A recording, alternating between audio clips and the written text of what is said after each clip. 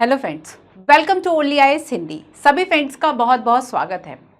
तो क्लास 12 का आपका एनसीईआरटी पॉलिटी का चल रहा है। बहुत इंपॉर्टेंट है ये बुक आपका, स्वतंत्र भारत में राजनीति। और इसमें आज हम बात करने वाले हैं एक ऐसे चैप्टर की 1975 के आसपास का जो समय है उसमें कैसे इस देश के सामने लोकतांत्रिक व्यवस्था के लिए एक संकट पैदा हो गया। बेसिकली हम यहाँ पर इमरजेंसी की बात करने वाले हैं जो कि 1975 में इंदिरा गांधी सरकार के समय लगी थी। और इंदिरा गांधी सरकार के समय ये जो इमरजेंसी लागू हुआ, जो लगभग जिसका समय था लगभग 21 माह था, वो कैसे एक ब्लैक चैप्टर, एक काला अध्याय हम कह सकते हैं उनके समय का माना जाता है। क्या इसके और बाकी परिणाम रहे, किन परिस्थितियों में इमरजेंसी लागू की गई, किस तरीके से लागू की गई, किन आधारों पर लागू की गई, न्यायपालिका को लेकर सरकार के साथ क्या क्या विवाद थे, बहुत सारे प्रश्न हम इसमें जांचेंगे। शाह आयोग बना, क्यों बना, कैसे बना, जनता पार्टी की सरकार कैसे आई, जनता दल का गठन कैसे हुआ, और भी बहुत सारे बातों को हम पढ़ेंगे। तो बेसिकली अब तक हम 4 चुनाव की बात तो कर चुके हैं ऑलरेडी, है ना। और उसमें कांग्रेस कहाँ कहाँ कैसे कैसे आई वो सब भी हम समझ चुके हैं। अब इसके आगे के चुनाव और उस समय की राजनीतिक परिस्थितियों को हम समझेंगे। तो चलिए शुरू करते हैं आज का चैप्टर। शुरुआत देखो, राष्ट्र निर्माण की चुनौतियों से हमने की थी। एक दल के प्रभुत्व का दौर यानी कांग्रेस का दौर, ठीक है। शुरुआत के 3 चुनाव में नियोजित विकास की राजनीति, विदेशी संबंध और कांग्रेस प्रणाली, चुनौतियां, पुनर्स्थापना हमने देख लिया। और अब हमारा बचा है लोकतांत्रिक व्यवस्था का संकट। इसके बाद आपके 2 चैप्टर्स और बचते हैं, ठीक है। लोकतांत्रिक व्यवस्था का संकट। अच्छा देखो, अभी तो हम पढ़ रहे हैं politics in Indian independence after since independence, है ना। अब एक और जो आपकी बुक बचती है इसमें क्लास 12 में, वह है समकालीन विश्व राजनीति। मतलब कैसे कोल्ड वॉर, प्रथम द्वितीय विश्व युद्ध के समय के घटनाक्रम और भी बहुत सारी चीजें। तो ये तो हमने समझा इस बुक में कि जो पॉलिटिक्स है वह इंडिया में सिंस इंडिपेंडेंस कैसे रहा, कैसे शुरू हुआ, बाकी सारी चीजें कैसे चलती रही। और उस बुक में हम पढ़ेंगे कि वर्ल्ड लेवल पर जो चीजें हैं वह कैसे चल रही थी, ठीक है। उसके बाद हम लक्ष्मीकांत की सीरीज शुरू कर देंगे। चलिए तो शुरू करते हैं आज का चैप्टर, आपको इंटरेस्टिंग लगेगा, ठीक है। चलो पहले हम इस चैप्टर को देखते हैं कि आखिर हमें इसमें पढ़ना क्या क्या है। देखो 1971 तक हम बात कर चुके कि 1971 का जो समय था उस वक्त कांग्रेस को नवजीवन मिला था, जब किसी पार्टी के पास कोई एक एजेंडा, एक कार्यक्रम, एक कोई पॉजिटिव थॉट नहीं था। उनके सामने केवल एक था कि इंदिरा जो है, इंदिरा भगाओ, है ना। बस वही उनके पास एक जो नारा है वह रह गया था। और ऐसे में इंदिरा गांधी जो थी उनके पास, कांग्रेस पार्टी के पास उस वक्त जो उनके नेतृत्व में थी, उनके पास एक सकारात्मक एजेंडा था। समाजवादी रंग में उन्होंने पार्टी को लपेट रखा था और बता रखा था कि हमारी जो सरकार है वह 20 सूत्रीय कार्यक्रम लेकर आएगी। और इसमें हम क्या करेंगे, इस 20 सूत्रीय कार्यक्रम में बेसिकली हम जो गरीब और जो ऐसे लोग हैं उनके लिए काम करेंगे, है ना। तो यहां पर ये सारी चीजें चल रही थी। देखा गया कि जनमत जो है वह इंदिरा गांधी के पास चला गया और 71 में जो है वह बहुत भारी बहुमत के साथ एक बार फिर से सरकार में आ गई। अब देखो कि अब लेकिन कांग्रेस जो है वह बदल चुकी थी। कांग्रेस चुनौतियां और पुनर्स्थापना में लास्ट वाला पैराग्राफ बच्चों याद करो, उसमें लिखा था कि कांग्रेस अब भारी बहुमत में थी एक बार फिर, लेकिन अब उसकी प्रकृति जो है वह बदल चुकी थी। अब जो ये पार्टी है वह बदल चुकी थी। और 73 से 71 का चुनाव हो गया, लेकिन अब देखो 73 से 1975 इसके बीच में जो घटनाएं थी वो बताती है कि किस तरीके से अब भारत का जो एक डेमोक्रेटिक एक सिस्टम हमने बैलेंस कर लिया था विभिन्न संस्थाओं के बीच में, वो बैलेंस, वो संतुलन अब बिगड़ने लगेगा। वो बैलेंस, वो संतुलन जो है वह बिगड़ने लगा था और नई जो चुनौतियां हैं, नए जो चैलेंजेस है वह आने लगे थे। तो 73 से लेकर 75 के बीच में आपातकाल वाला जो सिस्टम था, जो आपातकाल वाला अध्याय था, वो किन परिस्थितियों में लागू, और ये काफी विवादास्पद माना जाता है, ठीक है। 1975 में हम देखेंगे कि जून माह में, ठीक है, आई थिंक 25 जून था, जिसमें देश में आपातकाल की घोषणा कर दी गई थी। और बेसिकली जब हम सोचते हैं कि अच्छा आपातकाल, इमरजेंसी, अरे ये तो चीन से आक्रमण, जब चीन ने आक्रमण किया था तब लगी थी, पाकिस्तान से युद्ध के समय लगी थी, 2 बार तो अब तक इमरजेंसी हो चुकी थी नेशनल लेवल पर। लेकिन अब जो इमरजेंसी, जो राष्ट्रीय आपातकाल घोषित किया गया था, वो किसी देश से युद्ध नहीं हुआ था, बल्कि अंदरूनी जो हम कह सकते हैं जो गड़बड़ियां थी उसके आधार पर आपातकाल घोषित किया। और बाद में इस पर प्रश्न चिन्ह उठता है कि क्या आपातकाल जरूरी था? क्या जब गवर्नमेंट के पास ऑलरेडी इतने पावर्स थे कि जिस जो मूवमेंट चल रहे थे उस वक्त, जेपी नारायण जयप्रकाश नारायण, जिन्होंने संपूर्ण क्रांति का नारा दिया, एक तरह से उन्होंने खुद को इंदिरा जी के विकल्प के रूप में जब पेश किया, विपक्षी पार्टियों ने उन्हें अपना समर्थन दिया। उन्होंने राष्ट्रव्यापी बेसिकली रेलवे कर्मचारियों से हड़ताल की उन्होंने बात की और रेलवे कर्मचारियों ने हड़ताल भी शुरू कर दी और एक राष्ट्रव्यापी एक तरीके से दिल्ली का जो रामलीला मैदान है वहां पे विशाल धरना प्रदर्शन आयोजन किया। तो जैसे ही व्यवस्थाएं बिगड़ने वाली थी, इंदिरा जी ने भाप लिया। 25 जून की बात थी, 25 जून को उन्होंने रातों रात आपातकाल जो है वह लागू कर लिया। आपातकाल लागू कर दिया, राष्ट्रपति से सिफारिश की, ओके हो गया, ठीक है। तो ये सारी बातें हम पढ़ेंगे क्या था। तो देखो, हम देखेंगे कि यहां पर ये जो नाटकीय बदलाव हुए, उसका जो खत्म होना था वह भी नाटकीय रूप से हुआ।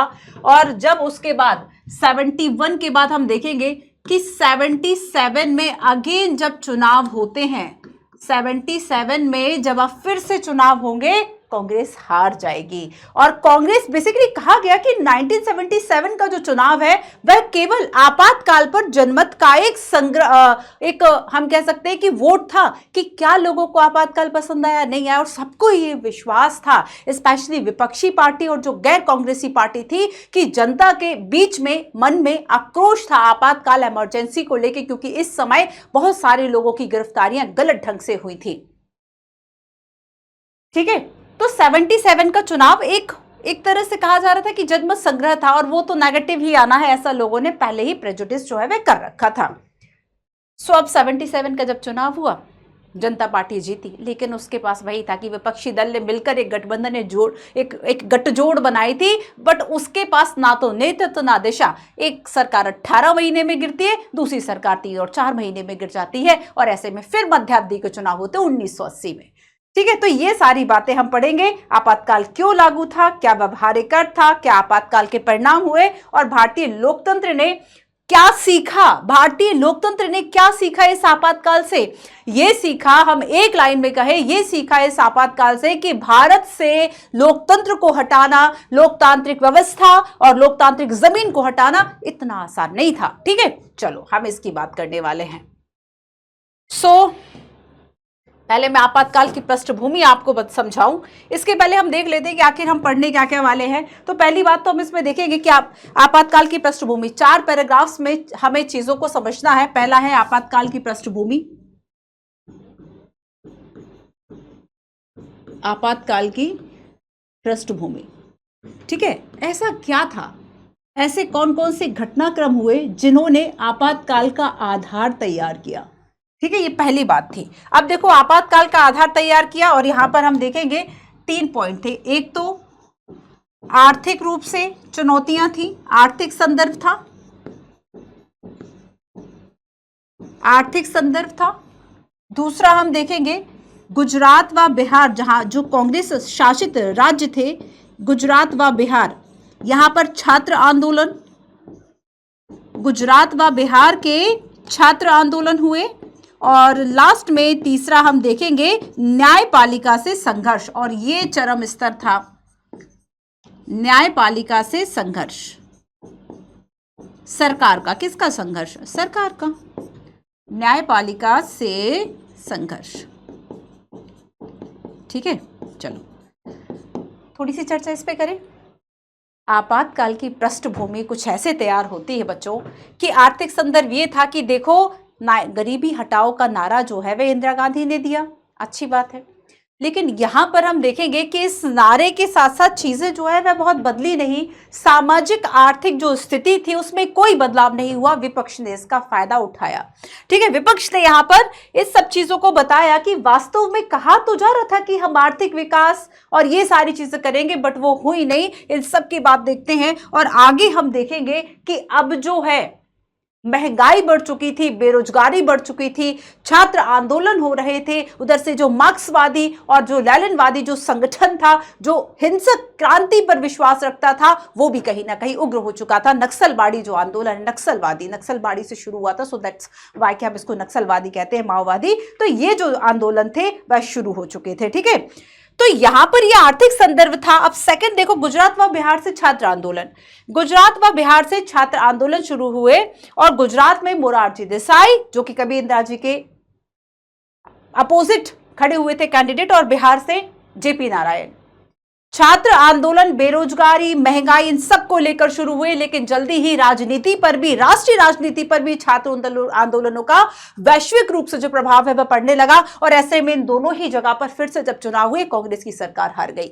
ठीक है, तो इसके बाद देखेंगे कि अभी छात्र आंदोलन होने लगा, रेलवे की हड़ताल, सारी चीजें। जेपी नारायण ने खुद को बेसिकली एक तरह से विकल्प के रूप में पेश किया। राष्ट्रव्यापी हड़ताल, राष्ट्रव्यापी एक तरीके से जो रैली, विशाल रैली का आयोजन जो है वह किया जाना था। ठीक है, अब देखो न्यायपालिका से संघर्ष। न्यायपालिका से संघर्ष कुछ बातों को लेकर हुआ, जैसे कि उस समय चल रहा था कि सरकार चाहती थी कि राइट टू जो प्रॉपर्टी उसको हटा दे। क्यों? क्योंकि उसको डीपीएस भी लागू करना था, directive principle of state policy, राजनीति के निदेशक तत्व, जिसमें यह कहा गया था कि अगर हमें सामाजिक रूप से समानता को स्थापित करना है तो हमें जो ये राइट टू प्रॉपर्टी है ना, कि एक जमींदार के पास पता चला 100 गांव है, तो यहां पर ये भूमि सुधार कार्यक्रम को लागू करने के लिए, ठीक है, भूमि का समान वितरण और सारी चीजों को ठीक करने के लिए जरूरी था कि राइट टू प्रॉपर्टी को खत्म किया जाए। बट न्यायपालिका ने माना कि ये फंडामेंटल राइट का हिस्सा है, आप इसको खत्म नहीं कर सकते। ठीक है, लेकिन देखेंगे न्यायपालिका में एक परंपरा चलती थी कि आप जो वरिष्ठ न्यायाधीश है उसको ही सीजेआई बनाएंगे। लेकिन चूंकि इंदिरा गांधी सरकार के समय न्यायपालिका में 3 वरिष्ठतम न्यायाधीशों को अनदेखा करते हुए एक एएन रे थे, उन्हें बना दिया गया सीजेआई। और ऐसे में न्यायपालिका से विवाद वैसे भी चल रहा था, कुछ मुद्दों पर और गहरा हुआ। इसकी चरम परिणति थी कि न्यायपालिका, स्पेशली जब हम इलाहाबाद हाईकोर्ट की बात करेंगे, उन्होंने इंदिरा गांधी का जो निर्वाचन था उसी को अवैधानिक करार दिया। ठीक है, तो ये क्या थी? ये पृष्ठभूमि थी, ये चरम बिंदु था न्यायपालिका से संघर्ष का। तो ये पृष्ठभूमि बन गई। पृष्ठभूमि में क्या आएगा? बेसिकली कारण आएंगे कि आपातकाल जो है वे क्यों लागू किया गया था। ठीक है, चलो अब हम सेकंड देखेंगे इसमें, और सेकंड हम बात करेंगे आपातकाल की घोषणा। सेकंड, आपातकाल की घोषणा।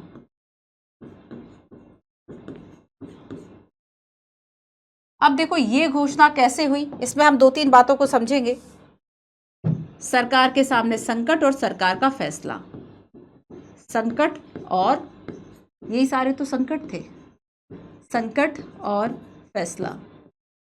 और सेकंड हम इसमें बात करेंगे और इसके परिणाम क्या हुए, आपातकाल के परिणाम क्या हुए। तो ये 2 बातें हमें समझनी है आपातकाल की घोषणा। जैसे ही विपक्षी दलों और इन सब ने मिलकर इंदिरा गांधी जो है उनको इस्तीफा देने के लिए जोर दिया, उस वक्त फखरुद्दीन अली अहमद जो है वह भारत के राष्ट्रपति थे, और रातों रात सिफारिश जो है उन्होंने मान ली, और आपातकाल जो है आर्टिकल 352 के आधार पर लग गया। आपातकाल लगा, और रातों रात हम देखेंगे कि जो अखबार थे, जो भी अखबार कारखाने, उन सभी पर, प्रिंटिंग प्रेस और सारी चीज़ों पर, उनकी जो लाइट है, जो बिजली सप्लाई है वह बंद कर दी गई। और कहते हैं 2-3 दिन बाद आई, जब तक प्रेस सेंसरशिप को लेकर एक प्रॉपर जो ढांचा है वो तैयार हो चुका था। तो ऐसे में प्रेस पर प्रतिबंध और ये सारी चीजें जो है वह बहुत ज्यादा आलोचकों ने, मतलब इसका बहुत ज्यादा तूल दिया इन बातों को। ठीक है, सो संकट का और फैसला और परिणाम की हम बात करेंगे कि इसका जो परिणाम है वह ये हुआ कि 1977 के जब चुनाव हुए, और ये जो चुनाव थे वह इमरजेंसी के एक तरीके से वोट था, इमरजेंसी के को लेकर वोट था कि लोगों ने जो है वह क्या समझा, इमरजेंसी से सही या गलत माना। अब लोगों ने ऑब्वियस सी बात है कि गलत माना इस चीज को, क्योंकि इसका आधार ही गलत माना। कि आपने कहा कि आंतरिक अशांति है, तो लोगों ने कहा आंतरिक अशांति कहाँ थी? लोकतंत्र में तो जन आंदोलन चलते ही रहे थे, तो जब आपकी सरकार थी आप उस पर किसी न किसी हद तक प्रतिबंध लगा सकते थे, आंदोलनों को काबू में कर सकते थे, उनकी हद तक सीमित कर सकते थे। पर ये अतिवादी कदम उठा लेना, वही बात थी कि आपको सुई की जरूरत थी, आपने तलवार चला दी वहां पे। तो यहाँ पर जितना शक्ति की जरूरत थी आपने उतनी शक्ति का इस्तेमाल नहीं किया, बल्कि उससे ज्यादा शक्ति का इस्तेमाल किया, और इससे आपातकाल का बेसिकली संवैधानिक दुरुपयोग की संज्ञा दी गई। ठीक है, चलो नेक्स्ट हम इसमें बात करेंगे आपातकाल के संदर्भ में विवाद।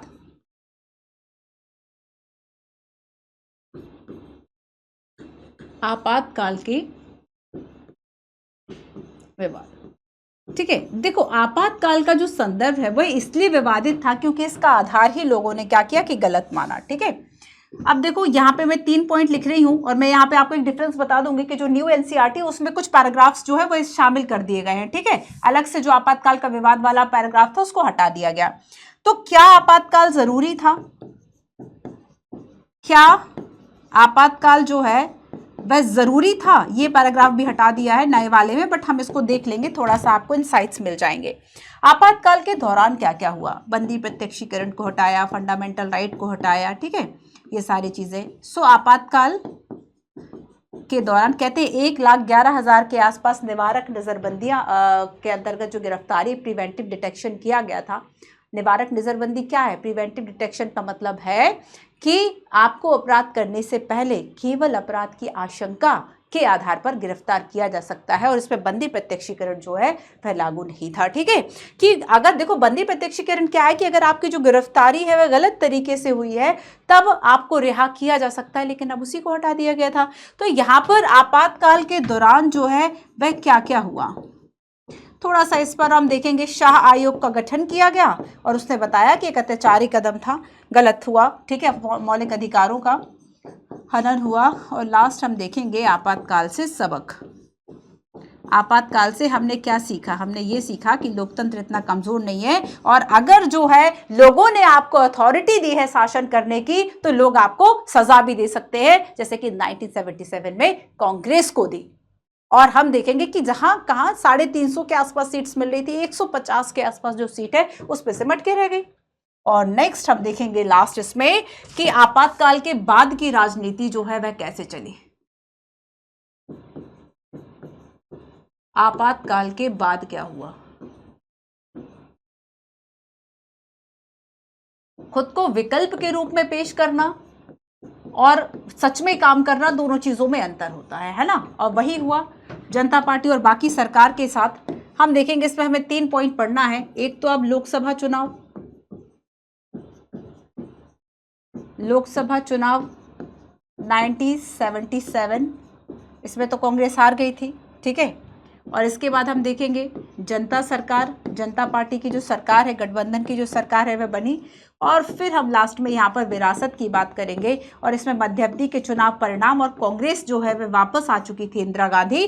फिर बात हुई कि इंदिरा लाओ देश बचाओ, इंदिरा लाओ देश बचाओ, है ना। और पहले इंदिरा भगाओ देश बचाओ ये नारा चल रहा था। तो कैसे इस नारे से 1980 तक एक तब्दील हो चुका था, क्योंकि उस वक्त देखो कहीं ना कहीं, जैसे कि अगर वैसे मैं सामान्यतः बच्चों बचती हूँ इस तरह की टिप्पणी करने से, जैसे कि बहुत सारे लोगों का मानना ये हो सकता है कि चलो ठीक है, हम हमारे पास जो है वह ऐसी सरकार बनी, जैसे जनता पार्टी सरकार या फिर बाकी इस तरह की सरकारें जो आई, उन्होंने कहा कि अब हम एक विकल्प देंगे और चीज़ों को ठीक तरीके से चलाएंगे। लेकिन इन्हें ये लग रहा था कि शायद इंदिरा गांधी जो उन्होंने ठीक नहीं किया, इसलिए लोग अब उन्हें दोबारा नहीं चुनेंगे। बट लोगों को भी कहीं ना कहीं एक पावरफुल लीडर की जरूरत होती है। लोगों को क्या होता है? एक पावरफुल लीडर की जरूरत होती है जिसके पास विजन हो, जो चीजों को बर्दाश्त कर सके, देख सके, ठीक है।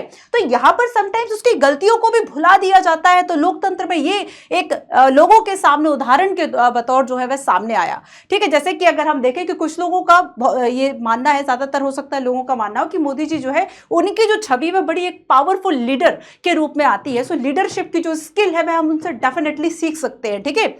यहां पर किसी राजनीतिक दल या पार्टी की बात नहीं हो रही, यहां पर हम केवल लीडरशिप स्किल्स की बात कर रहे हैं। कि अगर हम इंदिरा जी की बात करेंगे कि लोगों को लग रहा था कि नहीं इमरजेंसी लगाना उनका गलत है, लेकिन वो एक पावरफुल लेडी के रूप में, पावरफुल एक महिला के पावरफुल हम लीडर की बात करेंगे ना, महिला नहीं, पावरफुल एक लीडर के रूप में वह सामने आती है। और लोगों ने उनका चुनाव फिर से किया 1980 के बाद में, फिर से नारा आया इंदिरा लाओ देश बचाओ, ठीक है।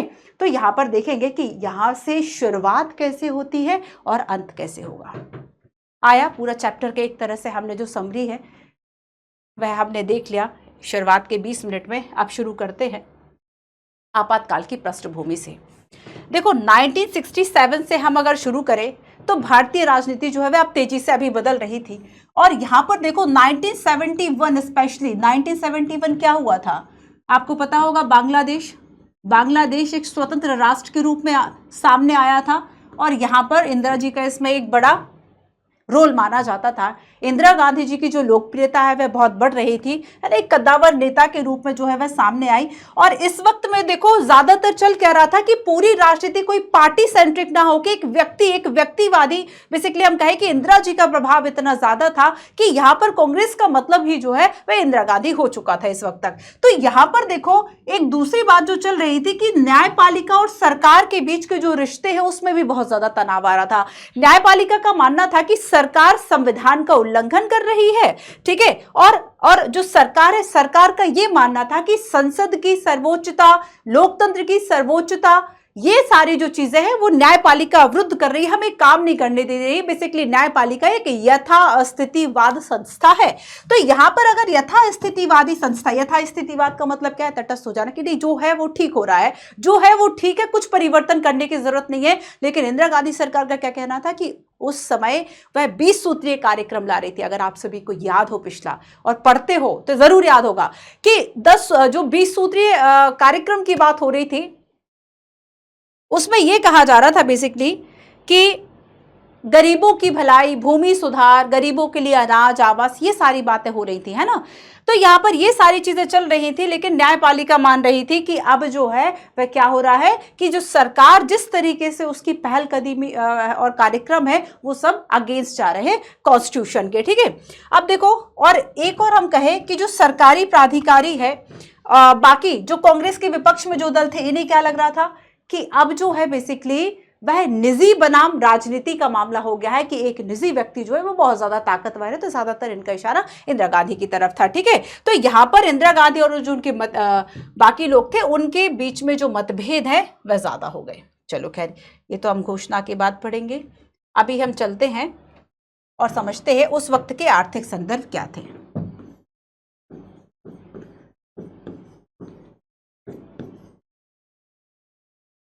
ठीक है, आपातकाल की पृष्ठभूमि,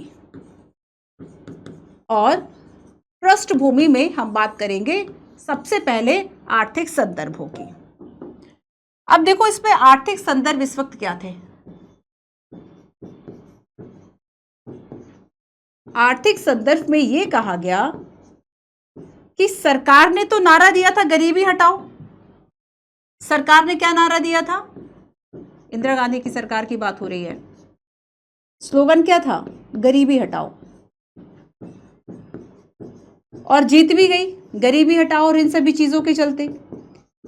लेकिन एक परिणाम के रूप में सामने आया कि सामाजिक आर्थिक जो स्थिति थी उसमें बदलाव नहीं हुआ। स्थिति जो है वह जस की तस है, गरीबी हटी नहीं है, है ना।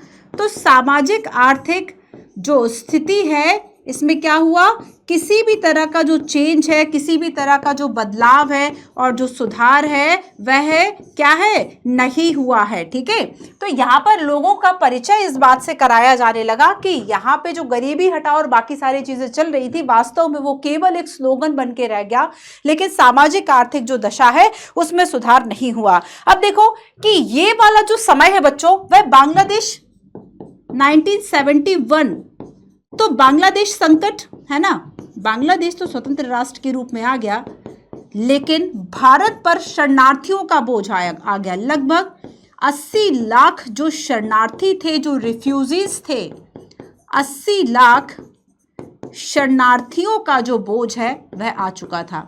और ऐसे में आर्थिक स्थिति जो है वह हमारी काफी ज्यादा खराब हो रही। देखो शुरुआत में आप सोचेंगे कि मैम आप तो सभी चुनाव के आसपास ये कह रही कि आर्थिक स्थिति खराब थी। शुरुआत में बच्चों आर्थिक जो सामाजिक और बाकी स्थितियां थी कि हाँ हम प्रगति तो कर रहे थे, लेकिन ओवरऑल अगर हम संदर्भ में देखें तो उतनी अच्छी प्रगति हम नहीं कर पाए जो हमें चाहिए थी। कहीं ना कहीं एक वर्ग और कुछ वर्ग ऐसे थे केवल वही सक्षम हो पाया, या फिर मध्य वर्ग जो है उसका उदय हो रहा था, वह पढ़ लिख रहे थे, लेकिन उतना सुधार नहीं हो रहा था। एक ऐसा बड़ा तबका भी था जो कहीं ना कहीं डिसएडवांटेज हम ग्रुप कह सकते हैं, जिसके पास लाभ अभी भी नहीं थे, बेनिफिट्स जो है वह अभी तक नहीं पहुंचे थे, ठीक है। तो यहां पर हम देखेंगे कि अर्थव्यवस्था पर जो है वह काफी बोझ पड़ा। 80 लाख लोग जो है वह लगभग पूर्वी पाकिस्तान, जिसे अब बांग्लादेश कहा जाने लगा था, ये भारत में आ चुके थे।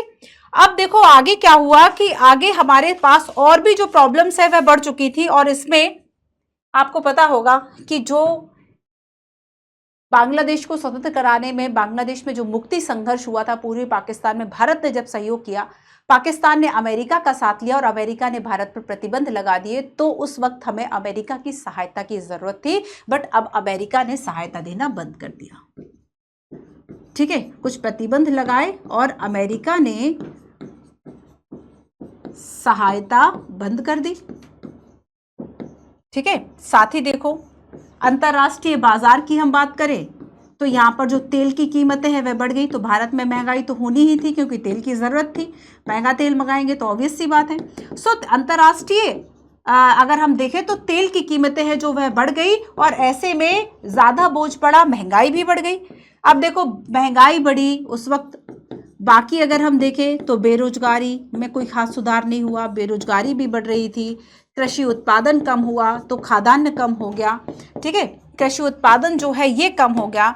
महंगाई आपको पता है लगभग 30% महंगाई बढ़ गई थी। कितनी महंगाई बढ़ी थी? लगभग 30%। 30% महंगाई बढ़ी थी। और कृषि उत्पादन हम देखेंगे, खाद्यान्न उत्पादन लगभग 8% कम हो गया था। खाद्यान्न उत्पादन उस समय कितना हो गया था? लगभग 8% से कम हो गया था। ठीक है, अब इन सब के चलते क्या हुआ? देखो, इन सभी के चलते असंतोष, आंदोलन होने ही थे, तो जन विरोधी, सरकार विरोधी, मतलब एक तरह से जनता जो है विरोधी आंदोलन करने लगी, छात्र आंदोलन होने लगे, छात्र आंदोलन होने लगे। इसके अलावा लोगों में आक्रोश और बढ़ता रहा। राष्ट्रव्यापी हड़ताल, देखो इस वक्त रेलवे की हड़ताल भी हुई सरकार ने, लेकिन इस पर बिना नेगोशिएट किए, बिना किसी चीज़ के बंद कर दिया है ना, मतलब जो रेलवे हड़ताल उसको सीरियसली नहीं लिया। और इस वक्त हम देखेंगे कि जो मार्क्सवादी लेनिनवादी ग्रुप जो है ये सक्रिय हो गया। ठीक है, नक्सलवाद को बढ़ावा मिला और इन सभी को हम देखेंगे सरकार ने क्या किया? स्ट्रॉन्ग कदम उठाया। अब चूंकि इंदिरा गांधी जी पहले भी ये मानती थी, सरकार ने कठोर कदम उठाए और दबाया, कठोर कदम उठाए। ठीक है, तो ये सारी चीजें चल रही थी क्योंकि इंदिरा गांधी तो पहले भी यही सोचती उस वक्त की सरकार की कि ये जो चल रहा है वह लॉ एंड ऑर्डर की प्रॉब्लम है, ना कि लोगों की बदहाली की अभिव्यक्ति है। क्लियर हुआ इतना? तो ये पहला था आर्थिक महंगाई। अब आगे हम देखेंगे सेकंड कि गुजरात और बिहार में जो छात्र आंदोलन है वह आखिर कैसे शुरू हुए। ठीक है, गुजरात और बिहार में छात्र आंदोलन, दूसरी बात हमें करनी है, गुजरात व बिहार में छात्र आंदोलन।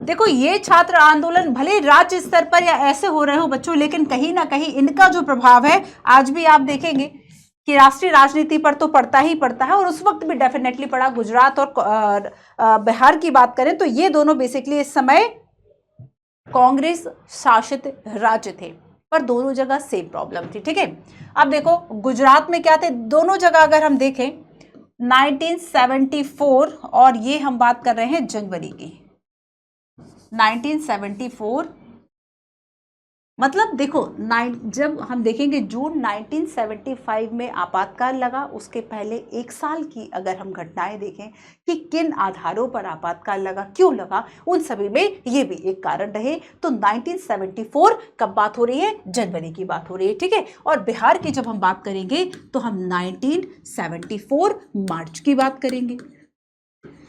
ठीक है, यहां पे जो छात्र आंदोलन है वह शुरू हुए, दोनों में जो कारण है वह सेम थे। ठीक है, अगर हम कारण की बात करेंगे, कारण दोनों में कैसे थे बच्चों? सेम थे। कारण था भ्रष्टाचार सरकार में, कारण था महंगाई, कारण था जो व्यवस्था खराब हो रही थी। ठीक है, कारण था बेरोजगारी, और यही सारे कारण जो है वह यहां भी थे।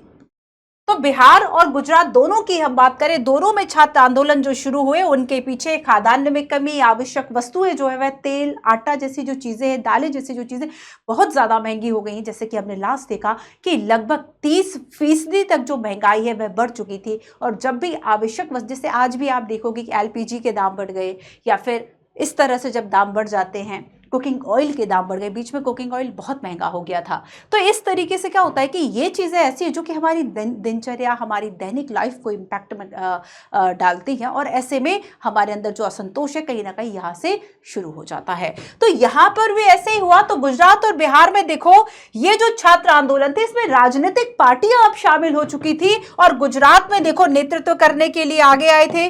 गुजरात में नेतृत्व देखो, और यहाँ पे याद रखना कि राष्ट्रपति शासन लगा दिया गया था। इन सभी चीजों के चलते राष्ट्रपति शासन जो है वह क्या किया गया था, लगा दिया। व्यवस्थाओं को कहा गया कि आप कानून व्यवस्था को बनाए रखने के लिए बहुत जरूरी है कि जो केंद्र है वह इन पर नियंत्रण कर ले, और ऐसे में राष्ट्रपति शासन लगा दिया गया। आगे हम देखेंगे कि यहां पर नेतृत्व में आते हैं मोरारजी देसाई। मोरारजी देसाई जो कभी इंदिरा गांधी के साथ कैंडिडेट के रूप में खड़े हुए थे पीएम के लिए। तो मोरारजी देसाई ने क्या किया बच्चों, अच्छा पहले ये देख लेते हैं कि बिहार में कौन आया। तो बिहार में जो है बच्चों वह आप याद रखना कि यहाँ पे खाद्यान्न अभाव, बेरोजगारी, भ्रष्टाचार और इन सब के कारण जो छात्र आंदोलन थे उसके बाद राजनीतिक पार्टियां शामिल हो गई, और यहाँ पर नेतृत्व की जो कमान संभालने आए वह थे जेपी नारायण, जयप्रकाश नारायण, जेपी नारायण।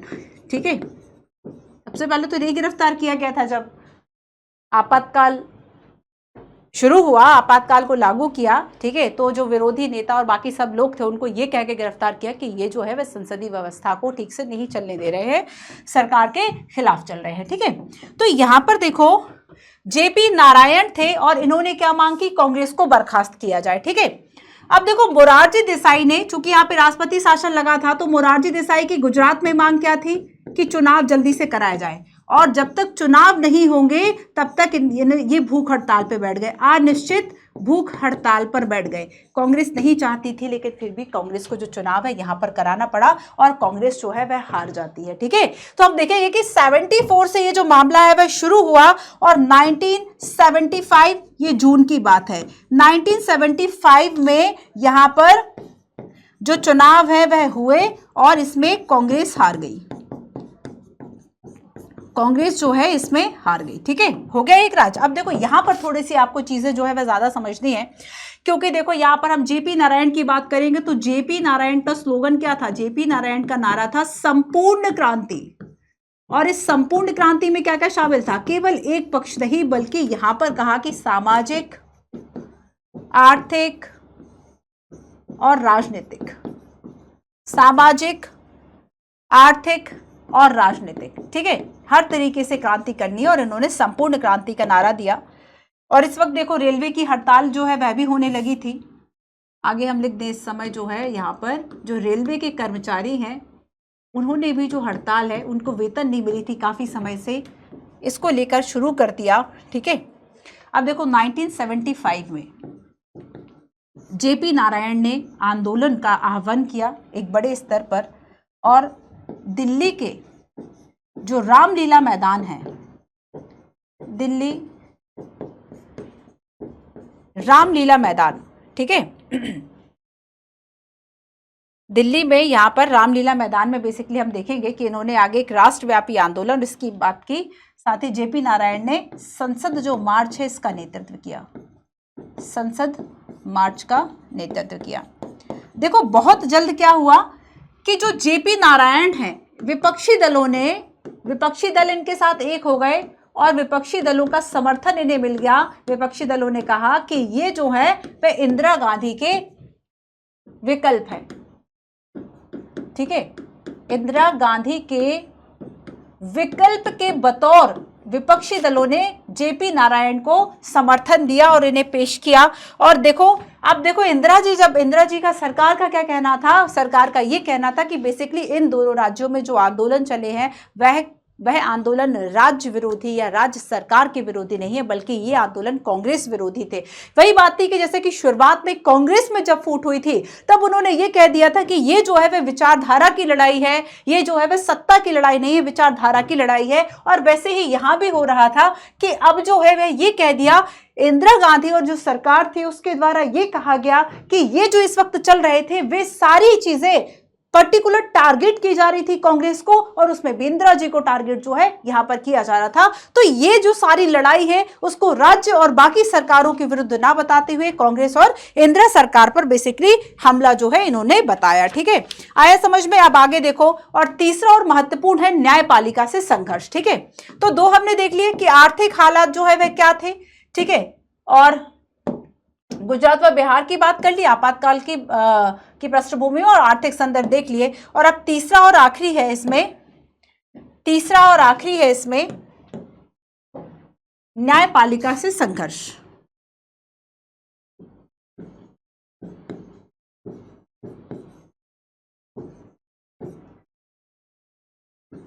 न्यायपालिका से जो संघर्ष है, देखो एक लंबे समय से ना जो मामले उठे थे उसमें 3 मामले बड़े महत्वपूर्ण थे। ठीक है, इसमें जो है 3 मामले उठे हुए थे। अब इसमें एक मुद्दा जो है वह ये कह रहा था 3 संवैधानिक मामले, 3 संवैधानिक मामले। ठीक है, पहला जो संवैधानिक एक प्रश्न उठता है न्यायपालिका को और सरकार के बीच में किन किन मुद्दों पर विवाद था। 3 प्रमुख ऐसे मुद्दे थे, और जो पहला विवाद हम कह सकते हैं वो ये था कि क्या संसद फंडामेंटल राइट्स में कटौती कर सकती है, क्या संसद मौलिक अधिकार जो फंडामेंटल राइट्स है में कटौती कर सकती है। ठीक है, ये पहला प्रश्न था। दूसरा जो विवाद उठा वह ये था कि संविधान संशोधन के द्वारा क्या संपत्ति के अधिकार में कटौती की जाती है। दूसरा प्रश्न क्या था कि क्या जो संसद है, संसद संविधान संशोधन के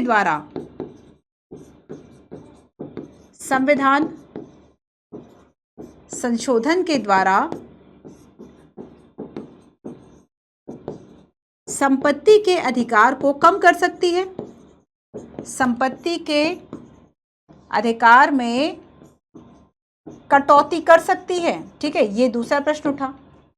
और तीसरा प्रश्न था कि क्या जो संसद है वह डीपीएसपी को प्रभावी करने के लिए, संसद डीपीएसपी समझ गए, राजनीति के निदेशक तत्व, directive principle of state policy, संसद डीपीएसपी को प्रभावी करने के लिए, लागू करने के लिए, प्रभावी करने के लिए डीपीएसपी कौन से पार्ट में, संविधान के, और क्या डीपीएसपी को न्यायपालिका के द्वारा लागू किया जा सकता है। अभी जो हालिया विवाद आप यूसीसी का देख रहे हैं वह क्या है, ये सारी चीजें थोड़ा सा देखते रहा करो बच्चों। तो संसद डीपीएसपी को प्रभावी करने के लिए फंडामेंटल राइट को कम कर सकती है, ये 3 विवाद थे। अब इसके आंसर में देखो न्यायपालिका क्या कहती है, इसका आंसर देखो। तो इसका जो जवाब है, जब सुप्रीम कोर्ट देती है, सीधा सा जवाब था इसका ना। ठीक है, तो यहां पर देखो सर्वोच्च न्यायालय सुप्रीम कोर्ट का कहना था कि फंडामेंटल राइट्स में कटौती नहीं की जा सकती, कटौती नहीं की जा सकती। पहली बात हो गई। अब सरकार जो है वह सोच रही है कि नहीं भाई हम फंडामेंटल राइट्स में कटौती करेंगे, लेकिन यहां पर जो सुप्रीम कोर्ट है उसने मना कर दिया। अब सेकंड देखो, सेकंड क्या हुआ कि संसद जो है संविधान संशोधन कर रही थी संपत्ति के अधिकार को कम करने के लिए, खत्म करने के लिए, और यहां पर सरकार ने इसे गैर संवैधानिक बता दिया। सुप्रीम कोर्ट ने गैर संवैधानिक बता दिया। और यहां पर सुप्रीम कोर्ट का क्या कहना था, सुप्रीम कोर्ट का कहना था कि संसद ऐसा नहीं कर सकती, संसद ऐसा संशोधन नहीं कर सकती जो संपत्ति के अधिकार, चूंकि मौलिक अधिकार है, नहीं कर सकती है। ठीक है, और देखो डीपीएसपी को प्रभावी बनाने के लिए जब फंडामेंटल राइट को कम किया तो इस प्रावधान को उच्चतम न्यायालय ने, सुप्रीम कोर्ट ने क्या किया, निरस्त कर दिया। सुप्रीम कोर्ट ने इस तरह के प्रावधानों को निरस्त कर दिया। ये 3 प्रमुख मामले थे। अब देखो इसके अलावा एक ऐसा लैंडमार्क जजमेंट आता है जो हम सभी को पता है, और ये जजमेंट क्या था, केशवानंद भारती मामला।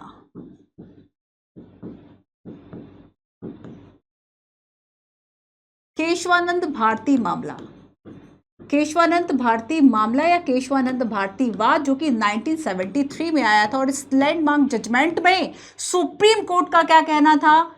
यहाँ पे सुप्रीम कोर्ट का कहना था कि संविधान का एक बेसिक स्ट्रक्चर है, संविधान का बुनियादी ढांचा है और उसमें संशोधन करने का अधिकार संसद को नहीं है। तो संविधान का एक बुनियादी ढांचा है, संविधान का एक बुनियादी ढांचा है और इसमें संशोधन नहीं किया जा सकता,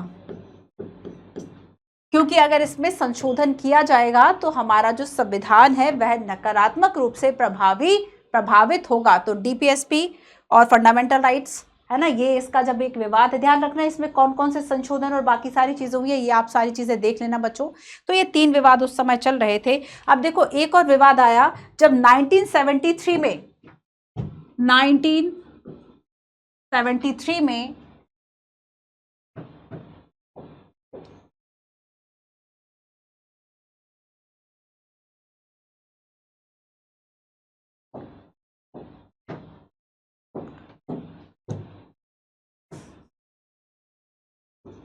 1973 में, ठीक है, एक और जो विवाद हुआ ये था सीजेआई को लेके, चीफ जस्टिस ऑफ इंडिया। और सीजेआई किसे बनाया जाता था? जो वरिष्ठतम न्यायाधीश होते थे, वरिष्ठतम न्यायाधीश, ठीक है, उन्हें ही बनाया जाता था। और देखो यहां पे क्या किया कि अब सरकार ने ए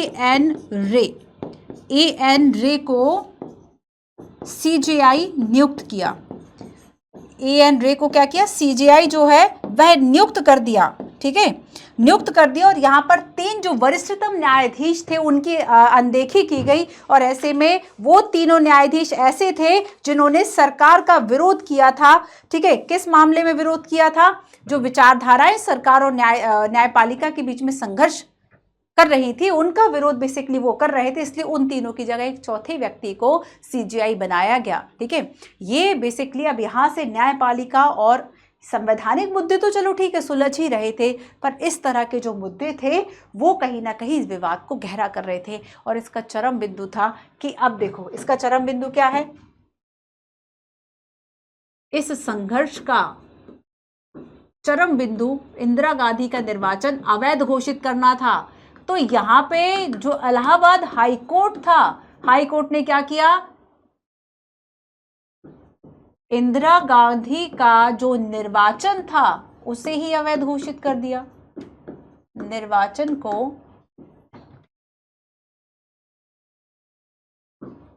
अवैधानिक घोषित कर दिया। तो जब अगर उनका चुनाव ही गलत है, उनका निर्वाचन ही गलत हुआ है, तो ऐसे में वह पीएम के पद पर कैसे रह सकती थी? और इस चीज को लेके जो विवाद है वह शुरू हो चुका था, ठीक है। तो यहां पर देखो ये सारी जो प्रॉब्लम्स है वह चल रही थी। और बेसिकली देखो बच्चों ये वाला जो था ना कि यहाँ पे ये 3 लोगों को, 3 वरिष्ठतम न्यायाधीशों की अनदेखी की गई थी। बेसिकली इस वक्त उस चौथे व्यक्ति को इसलिए चुना गया था, उन चौथे व्यक्ति को इसलिए चुना गया था क्योंकि उनका ये मानना था कि कहीं ना कहीं कार्यपालिका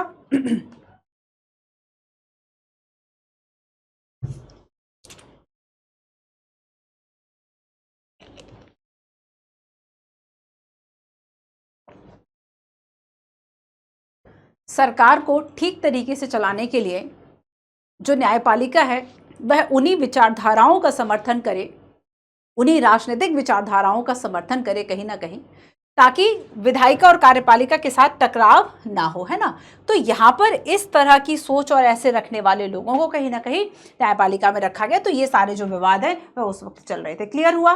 न्यायपालिका से संघर्ष। तो अब देखो इधर संघर्ष चल रहा है, इधर जो है निर्वाचन को जो है वह अवैधानिक घोषित किया जाएगा। ठीक है, और आगे देखो गुजरात और बिहार में छात्र आंदोलन हुए हैं और ये 1975 ये जो दिल्ली और संसद मार्च नेतृत्व और ये सारी राष्ट्रव्यापी आंदोलन ये सब की बात हो रही है, कहीं ना कहीं जून तक आ चुका था मामला, 1975 जून, और ऐसा समय आ चुका था उस समय कि ये सारी चीजें अपने चरम पर थी। चाहे हम आर्थिक संदर्भ की बात करें, जन आंदोलनों की बात करें, नक्सलवाद और रेलवे हड़ताल, ये सारी चीजें उस समय चरम पर आ चुकी थी। ठीक है, तो ये पहली बात हमने कंप्लीट की, आपातकाल की पृष्ठभूमि को हमने समझ लिया। अब आगे हम चलते हैं आपातकाल की घोषणा। ठीक है, आगे हम चलते हैं सेकंड, आपातकाल की घोषणा कैसे हुई।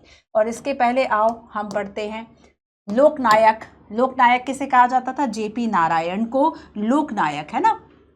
ये ऐसे छोटे छोटे से पॉइंट्स होते हैं जो आपको याद रखने चाहिए। समटाइम्स यहाँ से जो क्वेश्चन है वह आ जाते हैं कि किसके आगे कौन सा टाइटल था। तो लोकनायक किसे कहा जाए? जयप्रकाश नारायण, 1902 1902 से लेकर 1979 ये इनका जीवन काल था। ठीक है, तो युवा अवस्था में देखो ये मार्क्सवादी थे, कांग्रेस सोशलिस्ट पार्टी, और सोशलिस्ट जो पार्टी है उसके संस्थापक महासचिव रहे। भारत छोड़ो आंदोलन, इसके नायक नेहरू के उत्तराधिकारी के रूप में ये देखे गए थे, लेकिन इन्होंने नेहरू मंत्रिमंडल में शामिल होने से इनकार कर दिया था। ठीक है, उसके बाद सक्रिय राजनीति इन्होंने 1955 के आसपास जो है वह छोड़ दी थी। फिर 1970 अगर हम 73-74 की बात करें, वहां से फिर से इन्होंने सक्रिय राजनीति शुरू की, जब विरोधी पक्षों ने, विरोधी दलों ने कांग्रेस के एक विकल्प के रूप में जो है जेपी नारायण को फेस बनाया। ठीक है, तो यहां पर हम देखेंगे,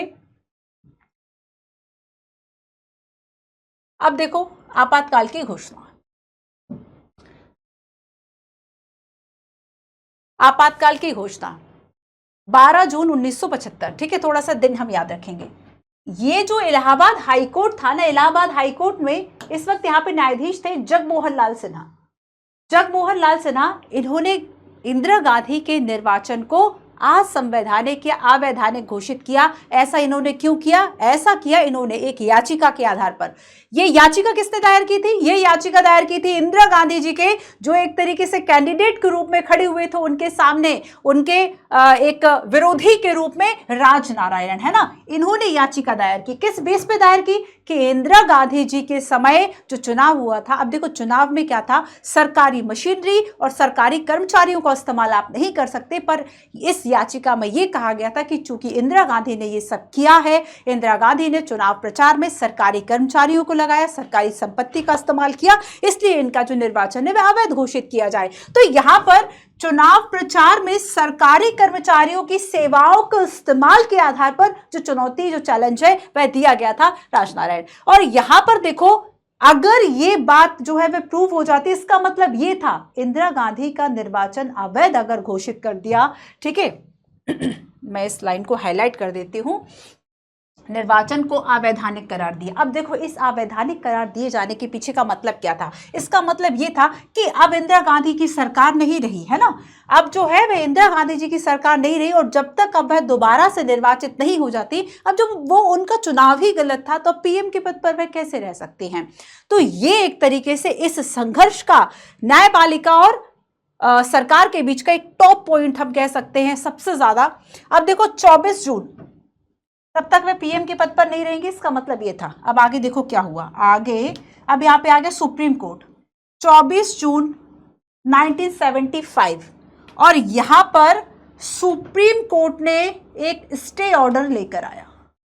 सुप्रीम कोर्ट का ये स्टे ऑर्डर कहता था, ठीक है, स्टे ऑर्डर कब लेकर आए? 24 जून 1975 को, और आंशिक रूप से, मतलब पूर्ण रूप से नहीं, आंशिक रूप से इस पर स्थगन आदेश, मतलब स्टे ऑर्डर लगा दिया। किस पे? जो ये हाई कोर्ट का डिसीजन था, और ये कहा कि जब तक इसकी सुनवाई पूरी नहीं हो जाती, जब तक इंदिरा गांधी जो है वह सांसद बनी रहेंगी, हाँ, लोकसभा की कार्रवाई में भाग नहीं लेंगी। ठीक है, तो ये सारी जो चीजें हैं वह चल रही थी। और अब इसमें देखो, इसमें आगे हम देखेंगे कि अब संकट और सरकार का फैसला, है ना, इसके अंतर्गत हम पढ़ेंगे कि कैसे जो आपातकाल है अब वह लागू हो चुका था। क्लियर हुआ इतना? चलो अब हम बात करेंगे कि अब जो आपातकाल है ये लागू हो चुका था, घोषणा हो चुकी थी। आपातकाल की घोषणा, संकट और सरकार का फैसला, इसके अंतर्गत पढ़ेंगे हम।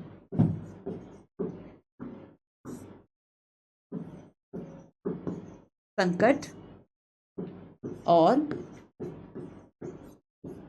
सरकार का फैसला।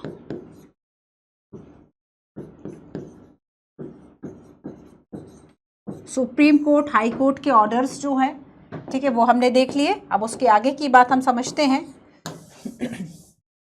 देखो, अब जेपी नारायण जो है, जेपी नारायण को बतौर इंदिरा जी के विकल्प के रूप में देखा जा रहा था, ठीक है। तो जेपी नारायण जिन्होंने संपूर्ण क्रांति का नारा दिया, ठीक है, अब यहां पर देखो इनकी अगुवाई में, और विपक्षी दल अब एक हो चुके थे, तो विपक्षी दलों ने इंदिरा गांधी के इस्तीफे की मांग की,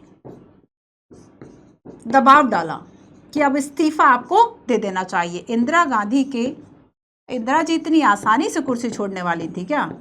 इस्तीफे की मांग की कि नहीं, इन्होंने मांगा और उन्होंने दे दिया इस्तीफा।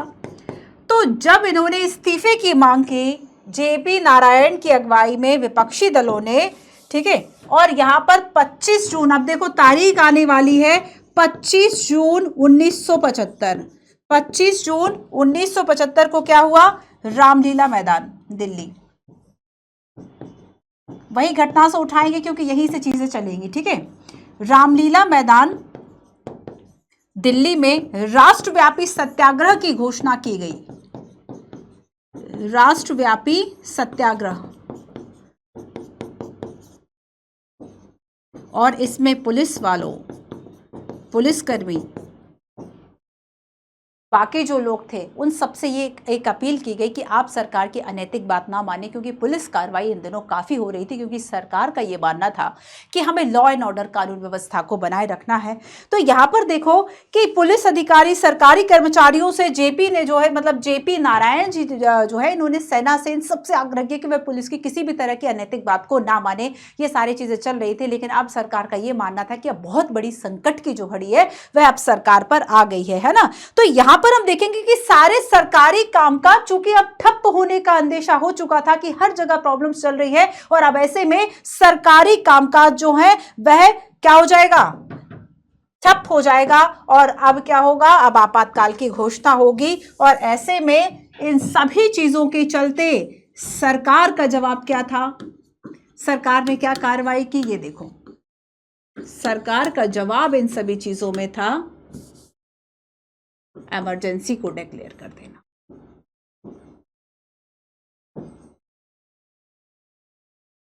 इमरजेंसी। तो 25 जून को 1975 सरकार के द्वारा आपातकाल की घोषणा कर दी गई। आपातकाल की जो घोषणा है वह कर दी गई। आर्टिकल 152 के अंतर्गत। कौन सा अनुच्छेद? आर्टिकल सॉरी बच्चों, आर्टिकल 352 है ना। आर्टिकल 352 के अंतर्गत जो ये आपातकाल की घोषणा है वह कर दी गई।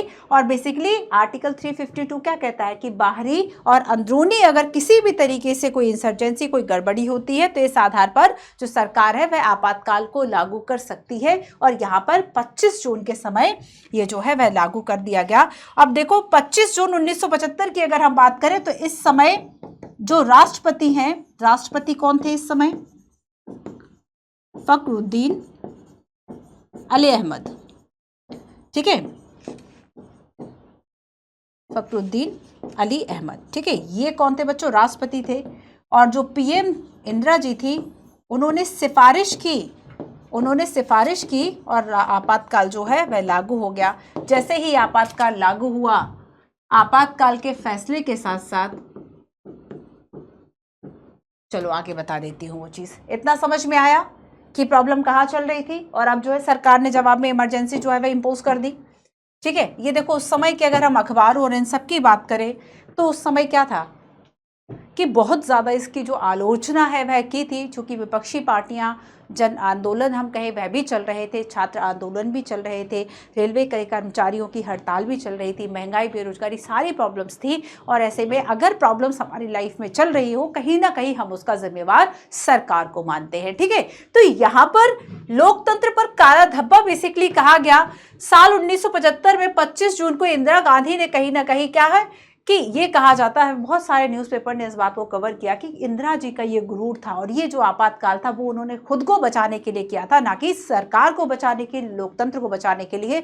और हमें लोकतंत्र की जगह एक जो तानाशाही रवैया है वह देखने को मिला। ठीक है, तो इंदिरा गांधी ने कई ऐसे, जैसे कि ऑपरेशन आप ब्लू स्टार और ये सारी चीजें क्या थी, इंदिरा गांधी के स्ट्रॉन्ग डिसीजंस को दिखाते थे। आपातकाल की बात करें, बांग्लादेश की बात करें, तो ये सारे डिसीजंस क्या दिखाते थे कि बहुत त्वरित निर्णय लेना, कठोर निर्णय लेना, है ना। लीडरशिप के लिए वैसे एक अच्छी स्किल मानी जाती है, तो समटाइम्स ये चीज गलत भी हो जाती है। तो यहां पर हम देखेंगे कि देश में जो है अब 25 जून को तीसरी बार आपातकाल लागू हुआ था, थर्ड टाइम। इसके पहले जब आपातकाल लगा था 1971 में एक बार और 1968 में, है ना। तो 1968 और 1971 में लग चुका था और अब लगा 1975 में। पर इसके पहले जो दो बार लगा था वो हमारे युद्ध थे, भारत चीन, जब हम युद्ध की बात करें, भारत पाकिस्तान जंग की बात करें, उस समय ये आपातकाल लगा हुआ था। लेकिन अब कोई युद्ध नहीं था, बल्कि अब आंतरिक अशांति या आंतरिक गड़बड़ी के आधार पर के आधार पर आपातकाल जो है वह लगाया गया था। ठीक है, आओ समझ लेते हैं हम इसको कि ये क्या था। अब देखो बच्चों, आपातकाल में हुआ क्या था कि लगभग हम देखेंगे कि ये 25 जून 1975 को लगा और 21 मार्च 1977 तक लगभग ये लगा रहा। ठीक है, और बिना किसी सुनवाई के 1 लाख से ज्यादा लोगों जो है उसको जेल में डाल दिया गया था। कई बड़े नेता शामिल थे, लगभग 676 जो नेता थे। ये तो एक ऑफिशियल डेटा है, हो सकता है इससे कम या ज्यादा हो। तो यहाँ पर लगभग 600 से ज्यादा ऐसे नेता थे विपक्षी दलों के या सरकार का विरोध कर रहे थे, उन सभी को जेल में डाल दिया गया। बंदी, प्रत्यक्षीकरण, ये सारी जो चीजें कि आप रिट दायर कर सके, ठीक है, इसको आप नहीं कर सकते थे। निवारक नजरबंदी की गई, प्रिवेंटिव डिटेक्शन, जिसके अंतर्गत अपराध की आशंका, और वो अपराध क्या था, सरकार का विरोध करना, है ना। तो ये सारी चीजें। चलिए, अच्छा मैं आपको बताती हूं आर्टिकल 352। आर्टिकल 352 में देखो, आंतरिक अशांति शब्द जो है वह पहले था, लेकिन हम देखेंगे कि बाद में इसको चेंज किया गया कि सशस्त्र विद्रोह। ठीक है, बाह्य आक्रमण, सशस्त्र विद्रोह। आर्टिकल 352 क्या कहता है कि युद्ध, बाह्य आक्रमण, युद्ध हो, कोई आक्रमण कर दे या सशस्त्र विद्रोह हो जाए, तो भारत, संपूर्ण भारत या इसके किसी हिस्से में सुरक्षा बतौर राष्ट्रपति राष्ट्रीय आपातकाल की घोषणा कर सकते हैं। मूल संविधान में क्या था, सशस्त्र विद्रोह की जगह आंतरिक अशांति थी। तो हमने इस आपातकाल से जो एक सबक सीखा था उसमें यह भी था कि संविधान में कुछ शब्द सही नहीं लिखे गए थे, उनको सही कर दिया जाए। और यहाँ पे आंतरिक अशांति जो शब्द है, इसके आधार पर तो जब भी सरकार को लगे कि हमारे खिलाफ हो रहा है, लगा दो, आप आपातकाल लगा दीजिए, है ना। तो ये गलत था। तो यहाँ पर लोगों को एक तर्क समझ में आया कि आंतरिक अशांति जो शब्द है वो गलत है, हम इसे सशस्त्र विद्रोह कर दें। क्योंकि लोगों का मानना था कि उस समय जो जन आंदोलन और सारी चीजें चल रही थी, कहीं ना कहीं लोकतंत्र में एक अभिव्यक्ति के बतौर उसको देखा गया। अब देखो 44वां संविधान संशोधन, 44वां जो संविधान संशोधन हुआ उसमें आंतरिक अशांति को हटाकर क्या किया, सशस्त्र विद्रोह शब्द किया। ये इंपॉर्टेंट है। और जब आपातकाल की घोषणा युद्ध, बाह्य आक्रमण के आधार पर की जाए तब इसे बाह्य आपातकाल के नाम से जाना जाता है। जब इसकी घोषणा सशस्त्र विद्रोह के आधार पर की जाए तब इसे आंतरिक आपातकाल कहा जाता है। तो देखो, अगर हम ये कहें कि बाह्य आपातकाल, तो बाह्य आपातकाल कब, युद्ध और बाह्य आक्रमण, है ना। लेकिन बाह्य आपातकाल सशस्त्र विद्रोह के आधार पर अगर हुआ तो हम उसे आंतरिक आपातकाल के नाम से जानते हैं। राष्ट्रीय आपात की उद्घोषणा संपूर्ण देश, अच्छा ये भी हो सकता है क्या कि ये जो आपातकाल आर्टिकल 352, देखो यूपीएससी ने इसको पूछा हुआ है, मैं यहाँ स्टार लगा देती हूँ। ठीक है, यूपीएससी ने पूछा हुआ है कि क्या आर्टिकल 352 को किसी देश के कोई जो पर्टिकुलर रीजन है उसमें लगाया जा सकता है। बिल्कुल लगाया जा सकता है। ठीक है, आप देखेंगे कि ज्यादातर चाहे पश्चिम बंगाल की बात कर ले, पंजाब की बात कर ले, कुछ ऐसे देश के हिस्से, जम्मू कश्मीर की बात कर ले, कितने बार, दर्जनों बार, कितने बार यहाँ पर जो आपातकाल है वह घोषित किया, राष्ट्रपति शासन वाला, है ना। तो यहाँ पर क्या है कि अगर हम 352 आर्टिकल की बात करें तो ये पूरे देश में भी लग सकता है और ये जो है वह किसी एक पर्टिकुलर रीजन, किसी एक भाग में भी लगाया जा सकता है। ठीक है, अब देखो मिनर्वा मिल्स मामला 1980, ये भी याद रखना है आपको। इसमें यह कहा गया कि उच्चतम न्यायालय ने कहा कि राष्ट्रीय आपातकाल की जो घोषणा है इसे अदालत में चुनौती दी जा सकती है। अब देखो, इंदिरा गांधी का निर्वाचन को अवैधानिक घोषित कर दिया। ये अदालत ने किया, ये न्यायपालिका ने किया, क्योंकि न्यायपालिका के पास ये शक्ति थी। तो इंदिरा गांधी जी को समझ में आया, ठीक है, जब न्यायपालिका के पास ये शक्ति ही नहीं रहेगी तो अब कैसे। 42 और 44वां संविधान संशोधन हम देखेंगे कि किस तरीके से 42 को बैलेंस करने के लिए 44 संविधान संशोधन आया, क्योंकि 42वां संविधान संशोधन में कुछ ऐसी बातें थी, कुछ ऐसे विवादास्पद संशोधन कर दिए गए थे, जैसे कि लोकसभा का कार्यकाल सरकार ने खुद को बचाने के लिए कि 1 साल का हमें समय और मिल जाए, 77 का समय जो है वह ये निकल जाए, क्योंकि इस समय बहुत मुश्किल है, हम 78 में चुनाव करा लेंगे, है ना। तो सरकार ने क्या किया कि लोकसभा का जो कार्यकाल 5 वर्ष का था उसको 6 वर्ष कर दिया। और ये ऐसा नहीं है कि इसको शॉर्ट टर्म के लिए किया था, उसको बचाने के लिए कि चलो हमने ये गलत नहीं किया, हम परमानेंटली हम इसको लागू करेंगे। तो यहां पर ये भी किया गया था। लेकिन 44 जो संविधान संशोधन हुआ, कहा जाता है कि ये संविधान संशोधन 42वें संविधान संशोधन को बैलेंस करने के लिए लाया गया था। संविधान एक जीवंत दस्तावेज, लिविंग डॉक्यूमेंट पढ़ा था ना, जिसमें हमने देखा था कि संविधान संशोधन कैसे होते हैं, क्यों होते हैं, इतने संशोधन क्यों हुए, उसमें हमने 42 और 44वें को पढ़ा था। एक बार उसको ध्यान कर लेना, ठीक है। तो यहाँ पर देखो मिनर्वा मिल मामला, जिसमें ये कहा जाता है, अच्छा अब तक 3 बार राष्ट्रीय आपातकाल लग चुका है, 1962 अक्टूबर 1962 से लेकर जनवरी 1968 तक चीन के द्वारा, और 1962 की अगर हम बात करें तो अरुणाचल प्रदेश, जिसे कि नेफा कहा जाता था, उस क्षेत्र पर हमला करने के कारण लगाया गया था पहली बार 1962। दूसरा हम बात करेंगे दिसंबर से लेके मार्च, दिसंबर 1971 की अगर हम बात करें, ठीक है, यहां पर लगा हुआ था, और मार्च 1970 जून 1975 में ये वाला जो आपातकाल है इसको लगाया गया, ठीक है, जिसकी हम अब बात करने वाले हैं। चलिए अब देखो बच्चों कि संकट और सरकार का फैसला, और अब यहाँ पे आपातकाल लागू हो चुका है। अब हम बस इसके थोड़े से परिणामों की बात कर लेते हैं। इसके परिणाम क्या क्या हुए। सबसे पहली बात तो कि जो इतने ज्यादा आंदोलन और सारी चीजें चल रही थी वह एक बार की रुक गई, है ना, पर थोड़े समय के लिए रुकी। लेकिन अब क्या था, अब कोई था नहीं नेतृत्व करने के लिए। 676 जो नेता थे विरोधी, ठीक है, इनको क्या किया, जेल में ठूस दिया गया। ना आप अपील कर सकते हैं, ना आप वहां से निकलने के लिए। तो यहाँ पर विपक्षी नेताओं को जो है वह जेल में डाल दिया गया। राजनीतिक माहौल जो है वह एकदम अब जो है वह मतलब सन्नाटा हो गया था, शांत हो चुका था माहौल। और देखो यहाँ पर आपातकालीन प्रावधानों पर के अंतर्गत अपनी शक्तियों पर अमल करते हुए सरकार ने क्या, प्रेस की आजादी पर रोक लगा दिया, प्रेस की आजादी पर रोक लगा दी, ठीक है। और साथ ही साथ हम देखेंगे कि अब जो प्रेस सेंसरशिप का ढांचा तैयार हुआ वो कुछ ऐसा था कि अगर अब आपको सरकार के विरुद्ध कुछ छापना है या सरकार के बारे में लिखना है तो सरकार से आपको अनुमति लेनी होगी।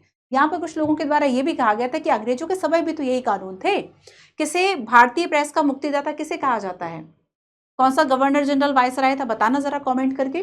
तो यहाँ पर देखो कि ये कहा गया कि अभी जो धार्मिक संगठन है, चाहे हिंदू मुसलमान कोई भी हो, जमात इस्लामी हो, राष्ट्रीय स्वयंसेवक संघ हो, सब पर प्रतिबंध लगा दिया गया ताकि किसी भी तरह से सांप्रदायिक दंगे या सांप्रदायिक जो गड़बड़ी है वह अब ना हो। तो ऑलरेडी इतनी चीजें चल रही थी, तो प्रेस सेंसरशिप तो की ही गई, और इसी के साथ साथ क्या किया सरकार ने, चाहे आरएसएस हो या जमात इस्लामी हो, लगा दिया उसमें प्रतिबंध। अब देखो इसके आगे नागरिकों के जो मौलिक अधिकार है वह भी निष्प्रभावी हो गए, और अब ये अदालत का दरवाजा नहीं खटखटा सकते थे। कौन सा आर्टिकल है, आर्टिकल 32, संवैधानिक उपचारों का अधिकार, कॉन्स्टिट्यूशनल जो रेमेडीज है, मतलब जिसके अंतर्गत जो नागरिक है वह अपने फंडामेंटल राइट्स को लागू कराने के लिए सुप्रीम कोर्ट जा सकते हैं, अब आप नहीं जा सकते थे। आर्टिकल 32 है ना, जिसे कि डॉक्टर अंबेडकर के द्वारा संविधान की आत्मा की संज्ञा दी गई थी, क्योंकि अगर एक लोकतंत्र में नागरिकों को आपने अधिकार दिए हैं तो उन अधिकारों को लागू करने के लिए कोई एक आप तंत्र भी है ना। तो यहाँ पर आर्टिकल 32 इसका हिस्सा था, आर्टिकल 32 निष्प्रभावी था। अब देखो इसके कुछ और परिणाम हम देखते हैं। आपातकाल के परिणाम,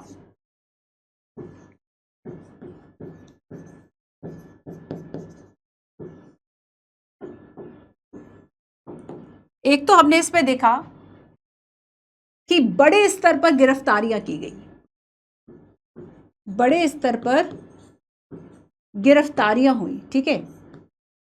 और जो प्रिवेंटिव डिटेक्शन है,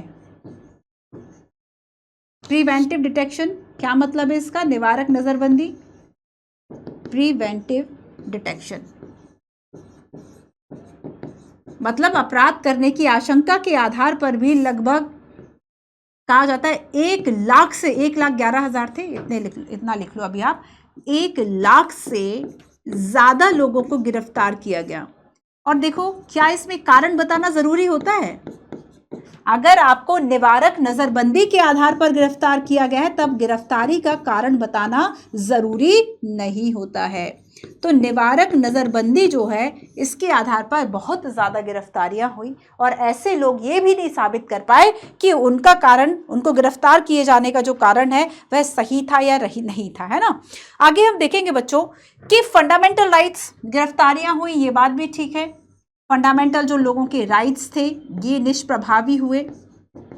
निष्प्रभावी हुए। अब देखो इसके प्रतिरोध में ऐसा नहीं था कि इसका प्रतिरोध नहीं हुआ, इसके विरोध में भी बहुत सारी जो चीजें हैं वह चल रही थी। जो नेता बचे हुए थे वे कहीं ना कहीं छुपकर, भूमिगत होकर जो है वह अब अपना जो काम है वह कर रहे थे सरकार के खिलाफ, और सरकार के विरुद्ध जो असंतोष और बाकी चीजें हैं, सरकार की जो आलोचना है वह सब कर रहे थे। बट अब वो क्या थे, सामने से नहीं कर पा रहे थे क्योंकि अब जो सरकार है वह कुछ ज्यादा ही एक्टिव मोड में थी। ठीक है, अब देखो इसके बाद हम कहें कि संसद के सामने क्या चुनौतियां थी आपातकाल के परिणाम स्वरूप। अब ऐसा नहीं था कि संसद इन चैलेंजेस से आजाद थी। अब देखो संसद के सामने क्या चैलेंजेस थे वो हम देखते हैं। 1 लाख से ज्यादा गिरफ्तारियां हुई, ये मैं यहां लिख देती हूं।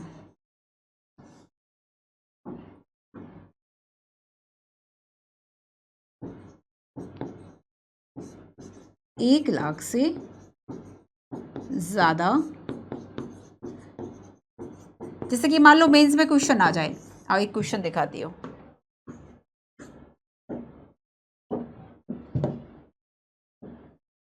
नाइनटीन 1975 में राष्ट्रीय आपातकाल की घोषणा करते हुए सरकार ने इसके क्या क्या कारण बताए थे? सरकार ने क्या कारण बताए थे कि अब जो है वह लोकतंत्र को और लोकतांत्रिक तरीके से व्यवस्था को चलाने के लिए जरूरी था कि अब जो केंद्र सरकार है वह शक्तियों को अपने पास में ले ले। ठीक है, तो ये सारी चीजें आपको याद रखनी है। तो देखो क्वेश्चन क्या देखा हमने कि सरकार जो है आखिर क्या क्या ऐसे कारण थे, ठीक है, क्यों सरकार के द्वारा इमरजेंसी जो है उसको लगाया गया। देखो अब आगे हम पढ़ने वाले हैं कि आखिर इसके बाद की जो राजनीति है उसने क्या करवट ली, उसमें हम इस क्वेश्चन को देखेंगे, इसका आंसर देखेंगे कि 77 के जो चुनाव हुए उसके बाद पहली दफा जो है केंद्र में विपक्षी दल की सरकार बनी। और ऐसा किन कारणों से संभव हो पाया? आखिर जो विपक्षी दल थे वह सब एक साथ गठबंधन करके, कैसे हम देखेंगे कि इंदिरा जी के विपक्ष में, इंदिरा जी के विरोध में जो है वह एक साथ आगे आ चुके थे। आपातकाल का क्या असर हुआ हमारी राज व्यवस्था पर? नागरिकों की दशा और नागरिकों पर इसका असर हुआ, डेफिनेटली हुआ। कार्यपालिका और न्यायपालिका के बीच के अगर हम संबंधों की बात करें तो इसके बीच में क्या हम देखेंगे कि 3 प्रमुख ऐसे मुद्दे थे जो संवैधानिक हम गतिरोध कह सकते हैं कि सरकार चाह रही है कि फंडामेंटल राइट्स को कम किया जाए, न्यायपालिका नहीं मान रही थी। ठीक है, जनसंचार माध्यमों के कामकाज, पुलिस और नौकरशाही की कार्रवाइयां, तो इस पर क्या असर था, लिखिएगा इस चीज को। चलिए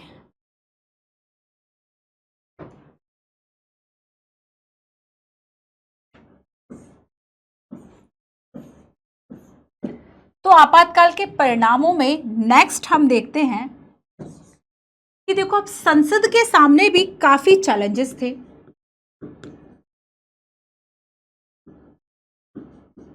संसद के सामने क्या चैलेंजेस थे, चुनौतियां थी। अब याद करो इलाहाबाद हाई कोर्ट, और वहां पे जो न्यायाधीश थे उन्होंने इंदिरा जी के निर्वाचन को अवैधानिक घोषित कर दिया। ठीक है, तो अब यहाँ पे नेक्स्ट देखो, नेक्स्ट आपको ये याद रखना है कि अब इस नए चैलेंज में देखो आगे क्या होगा, 42वां संविधान संशोधन होगा। ठीक है, आगे इसमें क्या होगा, 42वां संविधान संशोधन होगा। और इस 42वां संविधान संशोधन के अंतर्गत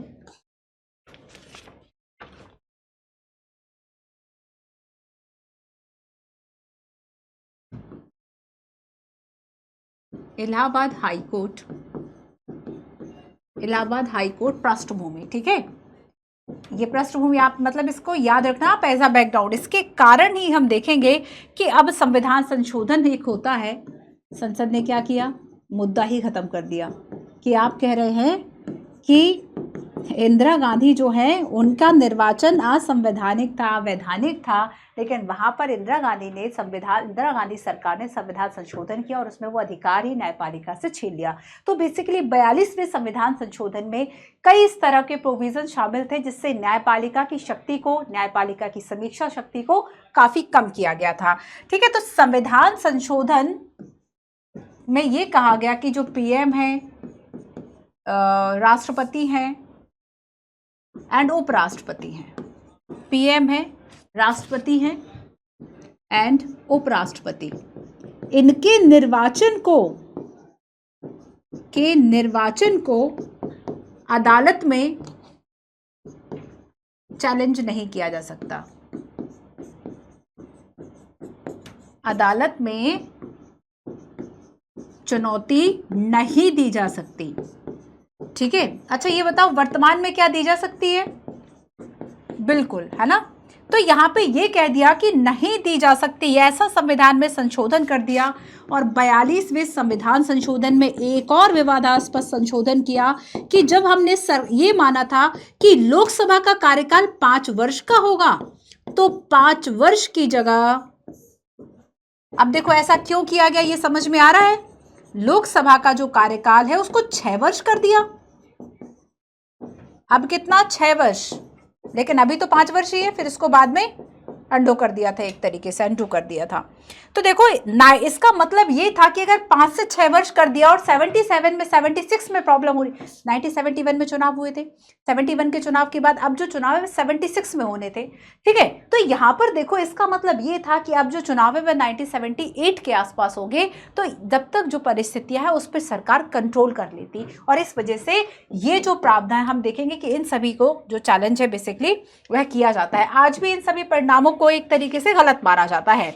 अब आगे देखो कि हमने आपातकाल से सबक क्या सीखा। ठीक है, आपातकाल से हमने 3-4 सबक लिए और ये सबक में से पहला सबक हम देख सकते हैं कि भारतीय लोकतंत्र की ताकत और जो कमजोरियां हैं वह उजागर हो गई।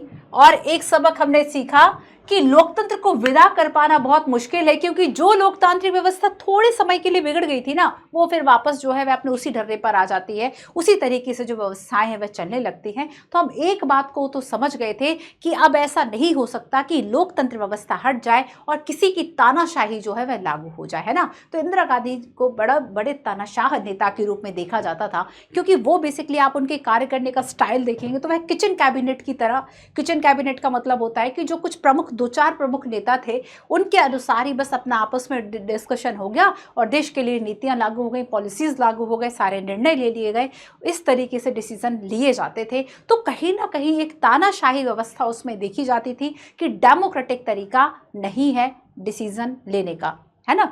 तो देखो यहाँ पर पहला सबक ये था। और दूसरा ये था कि संविधान में जो आपातकाल के प्रावधानों में कुछ एक उलझन थी, कुछ शब्दों को लेकर जो एक हम कह सकते थे कुछ प्रॉब्लम्स थी, कुछ कंफ्यूजन्स थी, उसको दूर किया गया।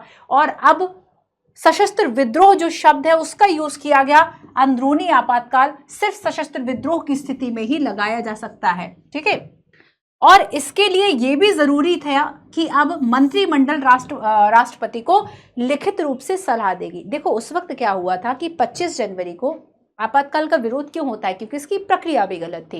इंदिरा गांधी जी जाती हैं और जो उस वक्त फखरुद्दीन अली अहमद राष्ट्रपति हैं उनसे सिफारिश करके लागू करवा देती हैं। मंत्रिमंडल को 26 जून को बताया जाता है, जब तक कि सारी चीजें ऑलरेडी आधे निर्णय लिए जा चुके थे। तो अब जो है वह ये लागू कर दिया कि मंत्रिमंडल जो है वह आपातकाल की जो घोषणा राष्ट्रपति करेंगे उसकी सहमति से करेंगे, लिखित सहमति से करेंगे। ठीक है, चलिए। और तीसरा ये था कि जो फंडामेंटल राइट्स जो लोगों के हनन हुए थे, अब जो सिटीजन्स हैं, आपातकाल की समाप्ति के बाद क्या हुआ, एक अवेयरनेस आ गई कि अब अगर इस तरीके से इमरजेंसी को इम्पोज किया जाता है गलत तरीके से, तब उन्हें अपने फंडामेंटल राइट्स को कैसे प्रोटेक्ट करना है। ठीक है, अच्छा देखो फंडामेंटल राइट्स को लेकर ना, जैसे कि अभी हमने देखा कि संवैधानिक उपचारों का अधिकार, इसमें हाईकोर्ट और सुप्रीम कोर्ट के बीच में एक विवाद था। संवैधानिक उपचारों का अधिकार, इसमें कई हाईकोर्ट ने यह माना था, संवैधानिक उपचारों का अधिकार, ये आपका आर्टिकल 32 है ना। इसमें कई हाई कोर्ट का ये मानना था कि कम से कम अगर नागरिकों के अधिकारों का हनन हो रहा है तो उन्हें ये तो देना चाहिए, संवैधानिक उपचारों का अधिकार होना चाहिए, कुछ जो ज़रूरी फंडामेंटल राइट्स हैं उनमें। पर सुप्रीम कोर्ट ने ये कह दिया था, सुप्रीम कोर्ट ने कहा कि नहीं, अगर देश में आपातकाल लागू है तब फंडामेंटल जो राइट्स हैं वो प्रभावित हो सकते हैं और हम उन्हें लागू कराने का जो अधिकार है, जो रिट जारी करने का अधिकार है, वो हम नागरिकों को नहीं दे सकते। ठीक है, तो ये एक विवाद जो है ये भी सामने आता है। क्लियर?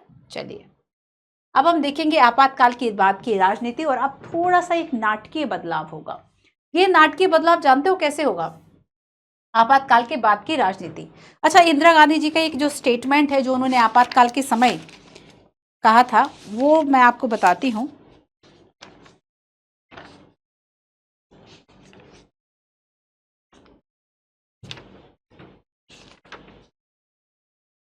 देखो, इंदिरा जी ने 26 जून 1975 को आकाशवाणी से जब राष्ट्र को संबोधन किया कि अब आपातकाल जो है लग चुका है, उसमें स्टेटमेंट में उन्होंने कहा था कि लोकतंत्र के नाम पर खुद लोकतंत्र की राह रोकने की कोशिश की जा रही है और वैधानिक रूप से जो निर्वाचित सरकार है उसको काम नहीं करने दिया जा रहा है। और बेसिकली इंदिरा गांधी सरकार का आपातकाल लगाने का आधार ये भी था कि जो सरकार चुनी है लोगों ने उसको उसके तरीके से काम करने दो। ठीक है, आप तरीका ना सिखाएं, ये एक आपातकाल लगाने का आधार भी था। आंदोलन और हिंसक घटनाओं की उन्होंने इसमें बात की थी। ठीक है, पुलिस को बगावत के लिए उकसा रहे हैं, मतलब उन्होंने ये सारे कारण जो है वह बताए थे कि आपातकाल जो है वह सही कंडीशंस में लगा रहे। उन्होंने जस्टिफाई करने की कोशिश की थी कि सांप्रदायिकता और इन सारी चीजें जो है इसको हवा दी जा रही है और इसीलिए आपातकाल लगाया जा रहा है। ठीक है, चलिए अब देखो आपातकाल के बाद की राजनीति। आओ पहले इस पैराग्राफ को पढ़ते हैं। 75 और 77 है ना, ये दौर आपातकाल।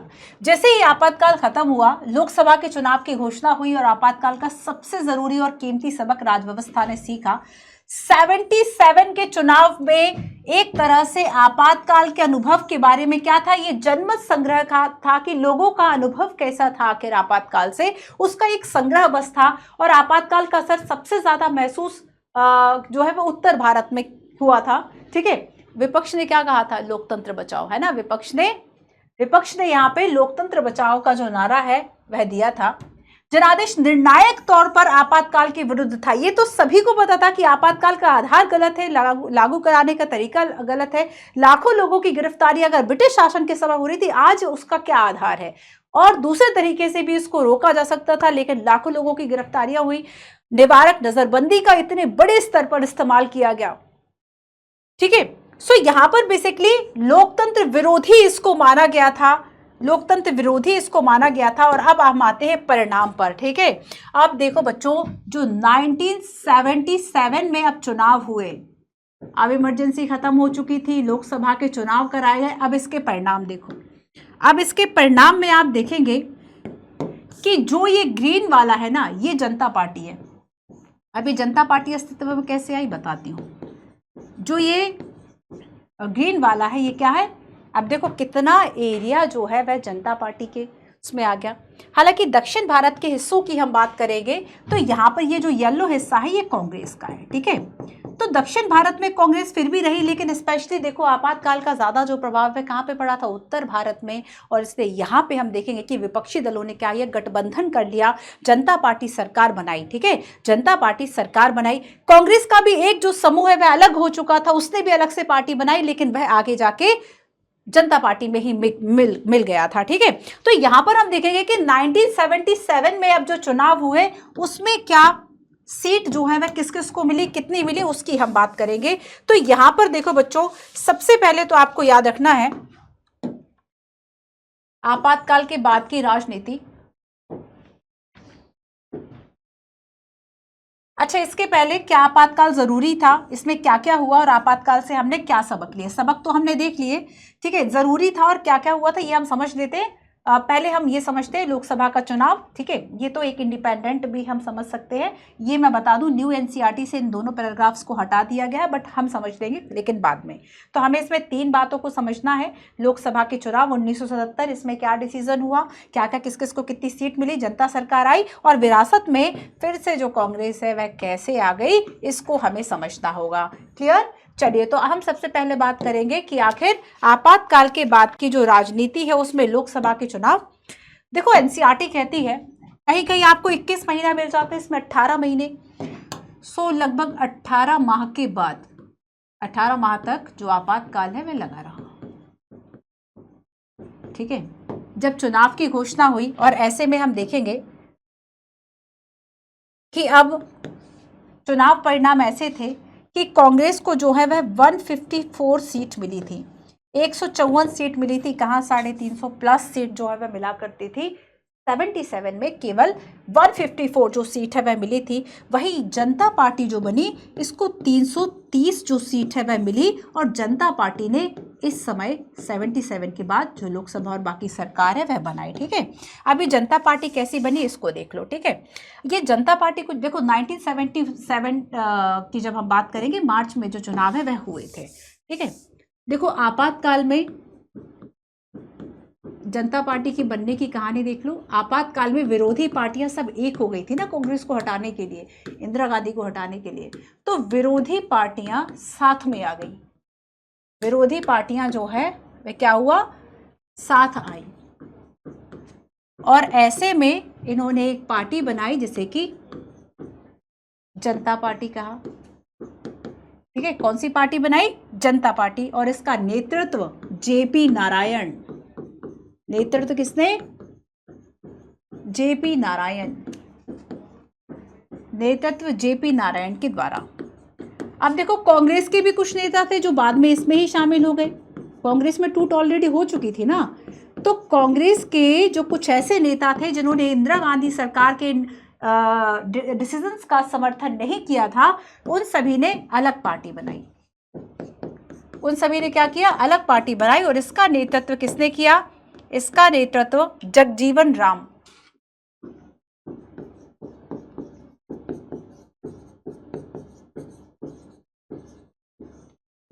जगजीवन राम है ना, इन्होंने नेतृत्व किया। कांग्रेस फॉर डेमोक्रेसी पार्टी का क्या नाम था, कांग्रेस फॉर डेमोक्रेसी, लोकतंत्र वाली, लोकतंत्र के लिए कांग्रेस ये पार्टी का नाम था। बाद में हम देखेंगे कि ये जो पार्टी है ये जनता पार्टी में साथ आ जाती है, जनता पार्टी के साथ आ जाती है। ठीक है, और इस तरीके से ये जो जनता पार्टी है उसे कितनी सीट मिली थी बच्चों, 330 सीट मिली थी, 330 सीट मिली थी। ठीक है, क्लियर हो गया। अब देखो जरा पुराने आंकड़े देखो, 1952 से लेके एक बार फिर से हमने चैप्टर 2 में देखा था कांग्रेस का प्रभुत्व, तो हम देखेंगे कांग्रेस का जो प्रभुत्व था 1952 से लेके 1967 तक, है ना। तो इसमें जो येलो पार्ट आपको दिख रहा है ये पूरे भारत में, ये यहाँ पर कांग्रेस है। केवल अगर हम केरला की बात करें तो यहाँ पे कौन सी आ गई थी सरकार, बताओ जरा। और फिर देखो ये 67 का परिणाम है, 67 में यहाँ पे जो आपको ये येलो पार्ट दिख रहा है, ठीक है, ये कांग्रेस का है, ये 67 की बात हो गई। अब उसके बाद हम देखेंगे कि ये जो है वह 1977 के चुनाव है। अब 1977 के चुनाव में कांग्रेस ने लगभग उत्तर भारत से एक तरीके से गायब ही हो गई थी, है ना। और जो सीट मिली थी हम ज्यादा देखेंगे कि कांग्रेस का जो अभी भी एक हम कह सकते हैं जो सरकारें विधानसभा और बाकी सब में बनी थी वह कहाँ पे बनी थी, ज्यादातर दक्षिण भारत में बनी हुई थी। ठीक है, दक्षिण भारत में बनी हुई थी। अच्छा ये बताओ पीएम हमारे यहाँ कैसे चुना जाता है, बहुमत वाली जो पार्टी है जो सत्ता में आती है, बहुमत वाले दल का जो नेता है उसे पीएम राष्ट्रपति के द्वारा नियुक्त किया जाता है। लेकिन जब किसी एक दल को बहुमत ना मिले और इस तरीके से मान लीजिए बहुत सारी जो पार्टियां हैं वह एक साथ आ जाए, गठबंधन हो जाए, तब ऐसे में अपनी अपनी पार्टी का मुख्य सब प्रधानमंत्री चाहेंगे नहीं चाहेंगे।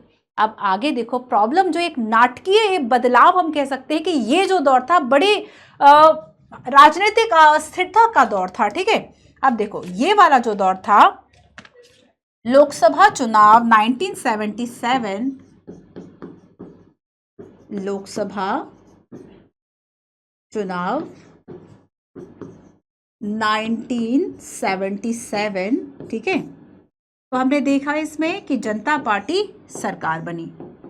अब लेकिन जो प्रॉब्लम थी, पीएम पद के लिए होड़ मच गई। जनता पार्टी की सरकार बनी, ठीक है, लेकिन जल्दी ही क्या हुआ, प्रधानमंत्री पद के लिए सत्ता का संघर्ष जो है वह इनमें आपस में ही शुरू हो गया। प्रधानमंत्री पद के लिए संघर्ष शुरू हो गया। सब चाहते थे अलग अलग लोगों को बनाना। अब ऐसे में देखो, मोरारजी देसाई, 3 लोगों के बीच में संघर्ष ज्यादा था। मोरारजी देसाई, जगजीवन राम, कांग्रेस फॉर डेमोक्रेसी का नेतृत्व जिन्होंने किया, ठीक है, कांग्रेस, मोरारजी देसाई, जगजीवन राम और चरण सिंह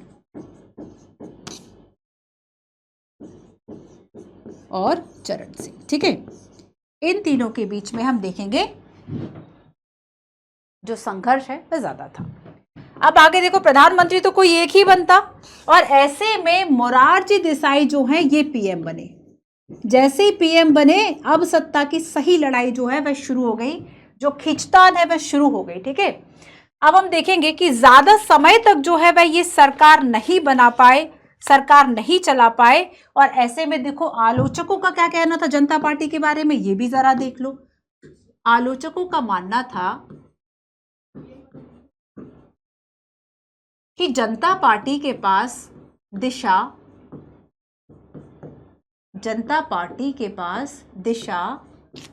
नेतृत्व, एकता, संगठन, सबका अभाव है, संगठन का अभाव है, ठीक है। कहीं कहीं लोग भी अब इस बात को मानने लगे थे। और हम देखेंगे बच्चों, ये केवल 18 मंथ की बात थी, 18 महीने ये रह पाए और उसके बाद जनता पार्टी बिखर गई। जनता पार्टी जो है वह क्या हुआ, देखो गठबंधन का ना सबसे बुरा दौर जो है वह यही देखा जाता है। गठबंधन से सरकार जो है राजनीतिक रूप से जो है अनस्टेबल होती है, अस्थिर सरकार बनती है। केवल 18 महीने ये सरकार चला पाए। अब आगे देखो क्या हुआ कि मोरारजी देसाई जो है 18 महीने के आसपास सरकार चला पाए, जनता पार्टी जो है वह बिखर गई। इसके पास जो है वह दिशा, नेतृत्व, संगठन, इन सब का अभाव था। अब दूसरी जो सरकार बनी वह चौधरी चरण सिंह की बनी, लेकिन अब ये सरकार देखो किसके, चौधरी सिंह की सरकार इसके बाद बनी कांग्रेस के समर्थन से, कांग्रेस समर्थन से। लेकिन इनकी सरकार यहाँ पे तो फिर भी चलो थोड़ा सा खिंच गया, 18 महीने के आसपास, केवल 4 मंथ इनकी जो सरकार है केवल 4 मंथ चली। उसके बाद कांग्रेस ने अपना जो समर्थन है वह वापस ले लिया, सरकार गिर गई। अब देखो, अब होंगे बच्चों मध्यावधि के चुनाव। अब जो है, अब 5 साल इंतजार नहीं किया जाएगा। जब ऐसा डेमोक्रेसी और बाकी सारी चीजें पॉलिटिकल ऐसे फेल्योर आएगा, चुनाव होंगे नहीं होंगे। अब मध्यावधि जो चुनाव है इसकी घोषणा की गई कि फिर से जनता से ही पूछा जाए कि आखिर वह किस पार्टी की सरकार चाहते हैं। अब ऐसे में देखो, मध्यावधि चुनाव जानते हो कब कराए गए, ये कराए गए 1980 में, 1980 में कराए गए ये चुनाव, ठीक है। और 1980 में जनवरी में चुनाव है, और इसमें जानते हो उसका परिणाम क्या हुआ, जनता पार्टी हार गई। अब विकल्प क्या था आपके सामने, इंदिरा गांधी विकल्प था। जनता पार्टी की इसमें हार हो गई और इंदिरा गांधी जो है 353 सीटों से फिर जीत गई। अब लोगों ने फिर से इन्हें क्यों चुन लिया, 353 सीटें मिली और अब जो कांग्रेस है वह जीत गई। ये मध्यावधि चुनाव थे। आओ जरा एक देखो, ये थे बच्चों मध्यावधि चुनाव, मध्यावधि चुनाव 1980। और इसमें इंदिरा जी की बात करें, इन्हें 353 जो सीट है वह मिली थी। और इन्होंने ये जो एक अलायंस बन गया था, एक जो गठबंधन था, इन सभी को क्या, ये कार्टून क्या बता रहा है ना। तो यहाँ पर 1980 के चुनाव के बाद ये जो कार्टून है जो छपा हुआ था न्यूज़पेपर में, उन्होंने कहा कि अब देखो स्लोगन चला था भाई, इंदिरा लाओ देश बचाओ, इंदिरा लाओ देश बचाओ, है ना। तो पहले जैसे लोकतंत्र बचाओ इंदिरा भगाओ वाले नारे चल रहे थे कि इंदिरा से देश को बचाओ, और अब जो नारा है, लोग भी इस बात को समझ चुके थे और सब इस बात को जान चुके थे कि कहीं ना कहीं हमें एक ऐसी पार्टी या फिर गठबंधन की जरूरत नहीं है, हमें एक पावरफुल लीडर की जरूरत है ना, हमें एक पावरफुल लीडर की जरूरत है। और 1980 में देखो मध्यावधि में जो चुनाव है हुए और यहाँ पे इंदिरा गांधी की सरकार आई, 353 सीट इन्हें मिली। अब आगे हम देखेंगे बच्चों कि आखिर ये जो विरासत वाला पॉइंट है, ऐसा क्यों हुआ, इंदिरा गांधी क्यों जीती, क्या कांग्रेस जीती, लोगों ने इंदिरा गांधी को क्यों चुना आखिर। 1977 से लेके 1980 के बीच में जो ये नाटक नौटंकी चल रहा था, मतलब हम ये कहें कि नाटकीय बदलाव राजनीतिक रूप से हो रहे थे। अब यहाँ से लोगों का बेसिकली एक जो भरोसा है वह पॉलिटिकल और अस्थिरता के कारण लोगों से पार्टी से उठने लगा। और ऐसे में कांग्रेस और इंदिरा गांधी ने क्या किया, तो शुरू से ही गरीबों की हिमायती समाजवादी रंग, है ना। तो कांग्रेस जो है, कांग्रेस सरकार ने क्या कहा कि हम गरीबों के हिमायती हैं, समाजवादी हमारा लक्ष्य है, ठीक है। और यहां पर जो विपक्षी है वह गैर कांग्रेसवाद की बात कर रहे थे 1977 के आसपास, लेकिन अब यहां पे कांग्रेस जो है वह किस चीज का प्रचार कर रही थी। तो यहाँ पे लोगों को समझ में आ गया कि हम एक ऐसे गठबंधन को दे जिसमें कोई नेतृत्व दिशा ही ना हो, इससे अच्छा इंदिरा गांधी को वापस लेके आए। और इससे ये हमें समझ में आ गया कि अगर अच्छा नेता भी हो, लोकप्रियता देखेंगे हम 71 के आसपास इंदिरा गांधी की जो लोकप्रियता है वह चरम पर थी, लेकिन उसके बाद भी वह कैसे चुनाव हार गई 77 में, क्योंकि लोगों ने उन्हें एक तरीके से सजा दी, है ना, एक दंड दिया। क्यों? बिकॉज ऑफ उन्होंने आपातकाल जो इमरजेंसी है उसको गलत आधार पर लागू किया था। आया समझ में? लेकिन फिर बाद में उन्होंने लोगों का फिर से जो मत है 353 जो सीट है वह फिर से अगर इंदिरा गांधी को मिली, कांग्रेस को मिली, इसका मतलब क्या था कि लोगों का विश्वास कहीं ना कहीं अब भी था कि हमें एक पावरफुल लीडर की जरूरत है, ठीक है। तो देखो लास्ट हम देखेंगे कि अब क्या 1980 का जो चुनाव था, क्या केवल इंदिरा गांधी की वापसी हुई थी? चूंकि हम पहले भी देख चुके थे कि अब कांग्रेस वो वाली कांग्रेस नहीं थी जो कि सभी विचारधाराओं को समेट के आगे चल रही थी, बल्कि अब एक तरीके से हम कहें कि किसी एक पर्टिकुलर नेता, वो कोई इंदिरा गांधी थी, उनको सेंट्रिक करके, मतलब केंद्र में वही थी, ज्यादातर डिसीजंस और सारी चीजें उन्हीं की होती थी।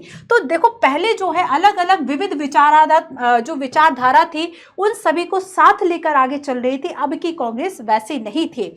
तो हम देखेंगे कि पहले 1970 के दशक के आसपास तो सामाजिक और विचारधारा विभाजन इसके आधार पर लोगों को अपनी तरफ खींच पाती थी, लेकिन अब जो इंदिरा गांधी की लोकप्रियता है, ठीक है, इंदिरा गांधी की लोकप्रियता 1965 से देखें कि हम कैसे 70 और 71 के आसपास तो चरम पर पहुंच चुकी थी उनकी लोकप्रियता, बांग्लादेश और ये सब के चलते। विपक्षी दल गैर कांग्रेसवाद की राजनीति कर रहे थे, ठीक है। 77 के जो चुनाव था इसमें कांग्रेस हार गई और यहाँ पर, लेकिन आगे वह पिछड़े वर्गों की भलाई और इन सभी की बात कर रही थी, और 1980 में जो उसकी वापसी है वह हो गई थी, है ना। तो देखो लास्ट हम इसमें देखते हैं, अच्छा आपातकाल क्या क्यों जरूरी था, इसके बारे में मैं आपको कुछ पॉइंट्स बता देती हूँ, ठीक है। आप अब देखो नई वाले एनसीईआरटी में नहीं है, पर बच्चों आप याद रख लो, आपातकाल के संदर्भ में विवाद जो कहा जाता है, आपातकाल के समय क्या क्या हुआ था, उन अत्याचारों और उन सभी को रिकॉग्नाइज करने के लिए क्या किया गया था, एक शाह आयोग बनाया गया था। और शाह आयोग को ये काम दिया था कि उस समय की जो रिपोर्ट है वह बनाए। शाह आयोग ने कहा कि एक अत्याचारी कदम था जिसकी बिल्कुल भी आवश्यकता नहीं थी, और इस समय काफ़ी ज़्यादा सांप्रदायिक दंगे हुए, बहुत सारे लोगों की गिरफ्तारियां हुई, तो बहुत नेगेटिव फीडबैक और जो रिपोर्ट है वह शाह आयोग ने दी थी, ठीक है। अब कहा जाता है कि क्या आपातकाल ज़रूरी था, क्योंकि आपातकाल का आधार था अंदरूनी गड़बड़ी, है ना, जिसे कि बाद में सशस्त्र विद्रोह से रिप्लेस किया गया था इस वर्ड को। सरकार ने तर्क दिया था कि लोकतंत्र में विपक्षी दल जो है वह निर्वाचित सरकार को उसी के अकॉर्डिंगली काम करने दे, है ना, ऐसा मानना था।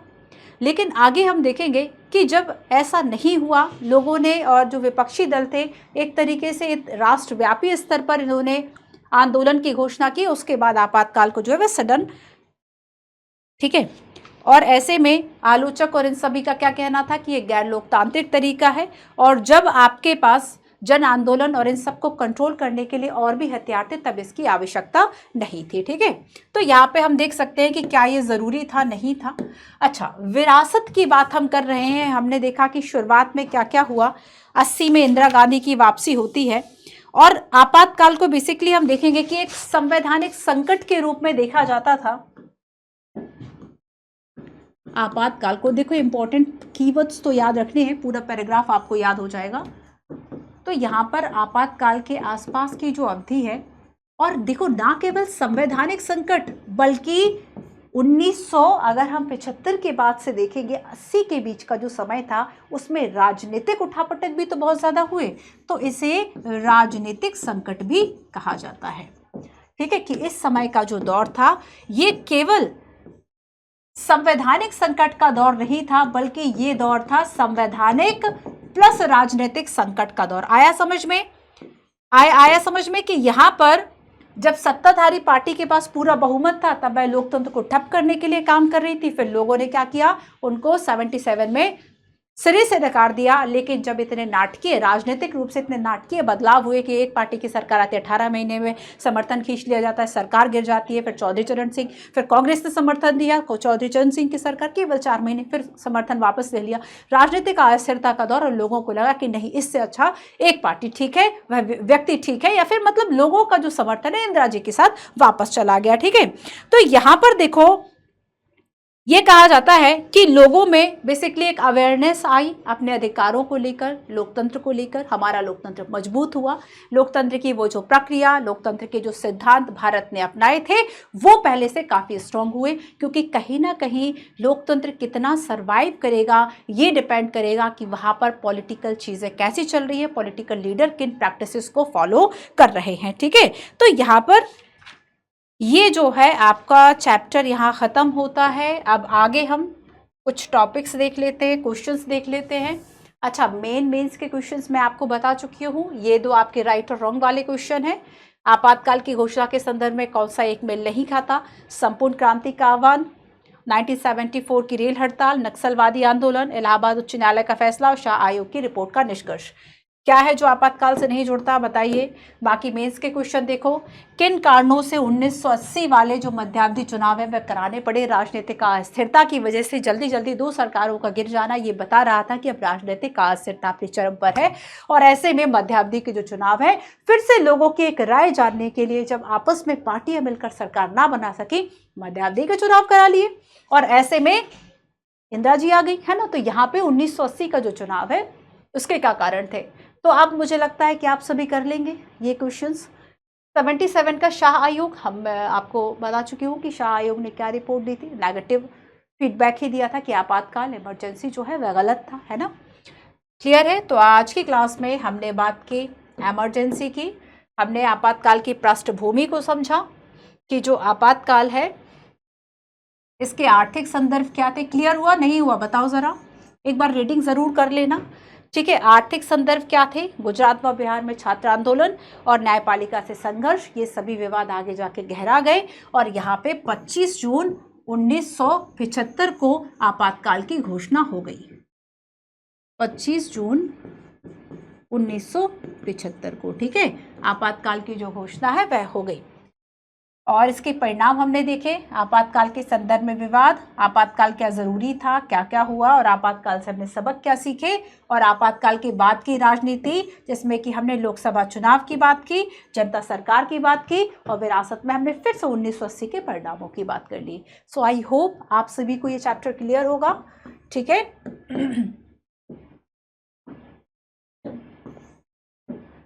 तो आप सभी नोट्स पर्टिकुलर बना लें बच्चों। देखो नोट्स में क्या है कि हम इसमें इंपॉर्टेंट जो कीवर्ड्स हैं वह लिख लेते हैं। और अगर कभी मेंस में आपको मान लीजिए क्वेश्चन आता है, तब आपको कुछ वर्ड्स, ये कीवर्ड्स अगर 3-4 भी याद रह जाएंगे, तब भी आप इसके आसपास जो आंसर है बढ़िया तरीके से लिख लेंगे।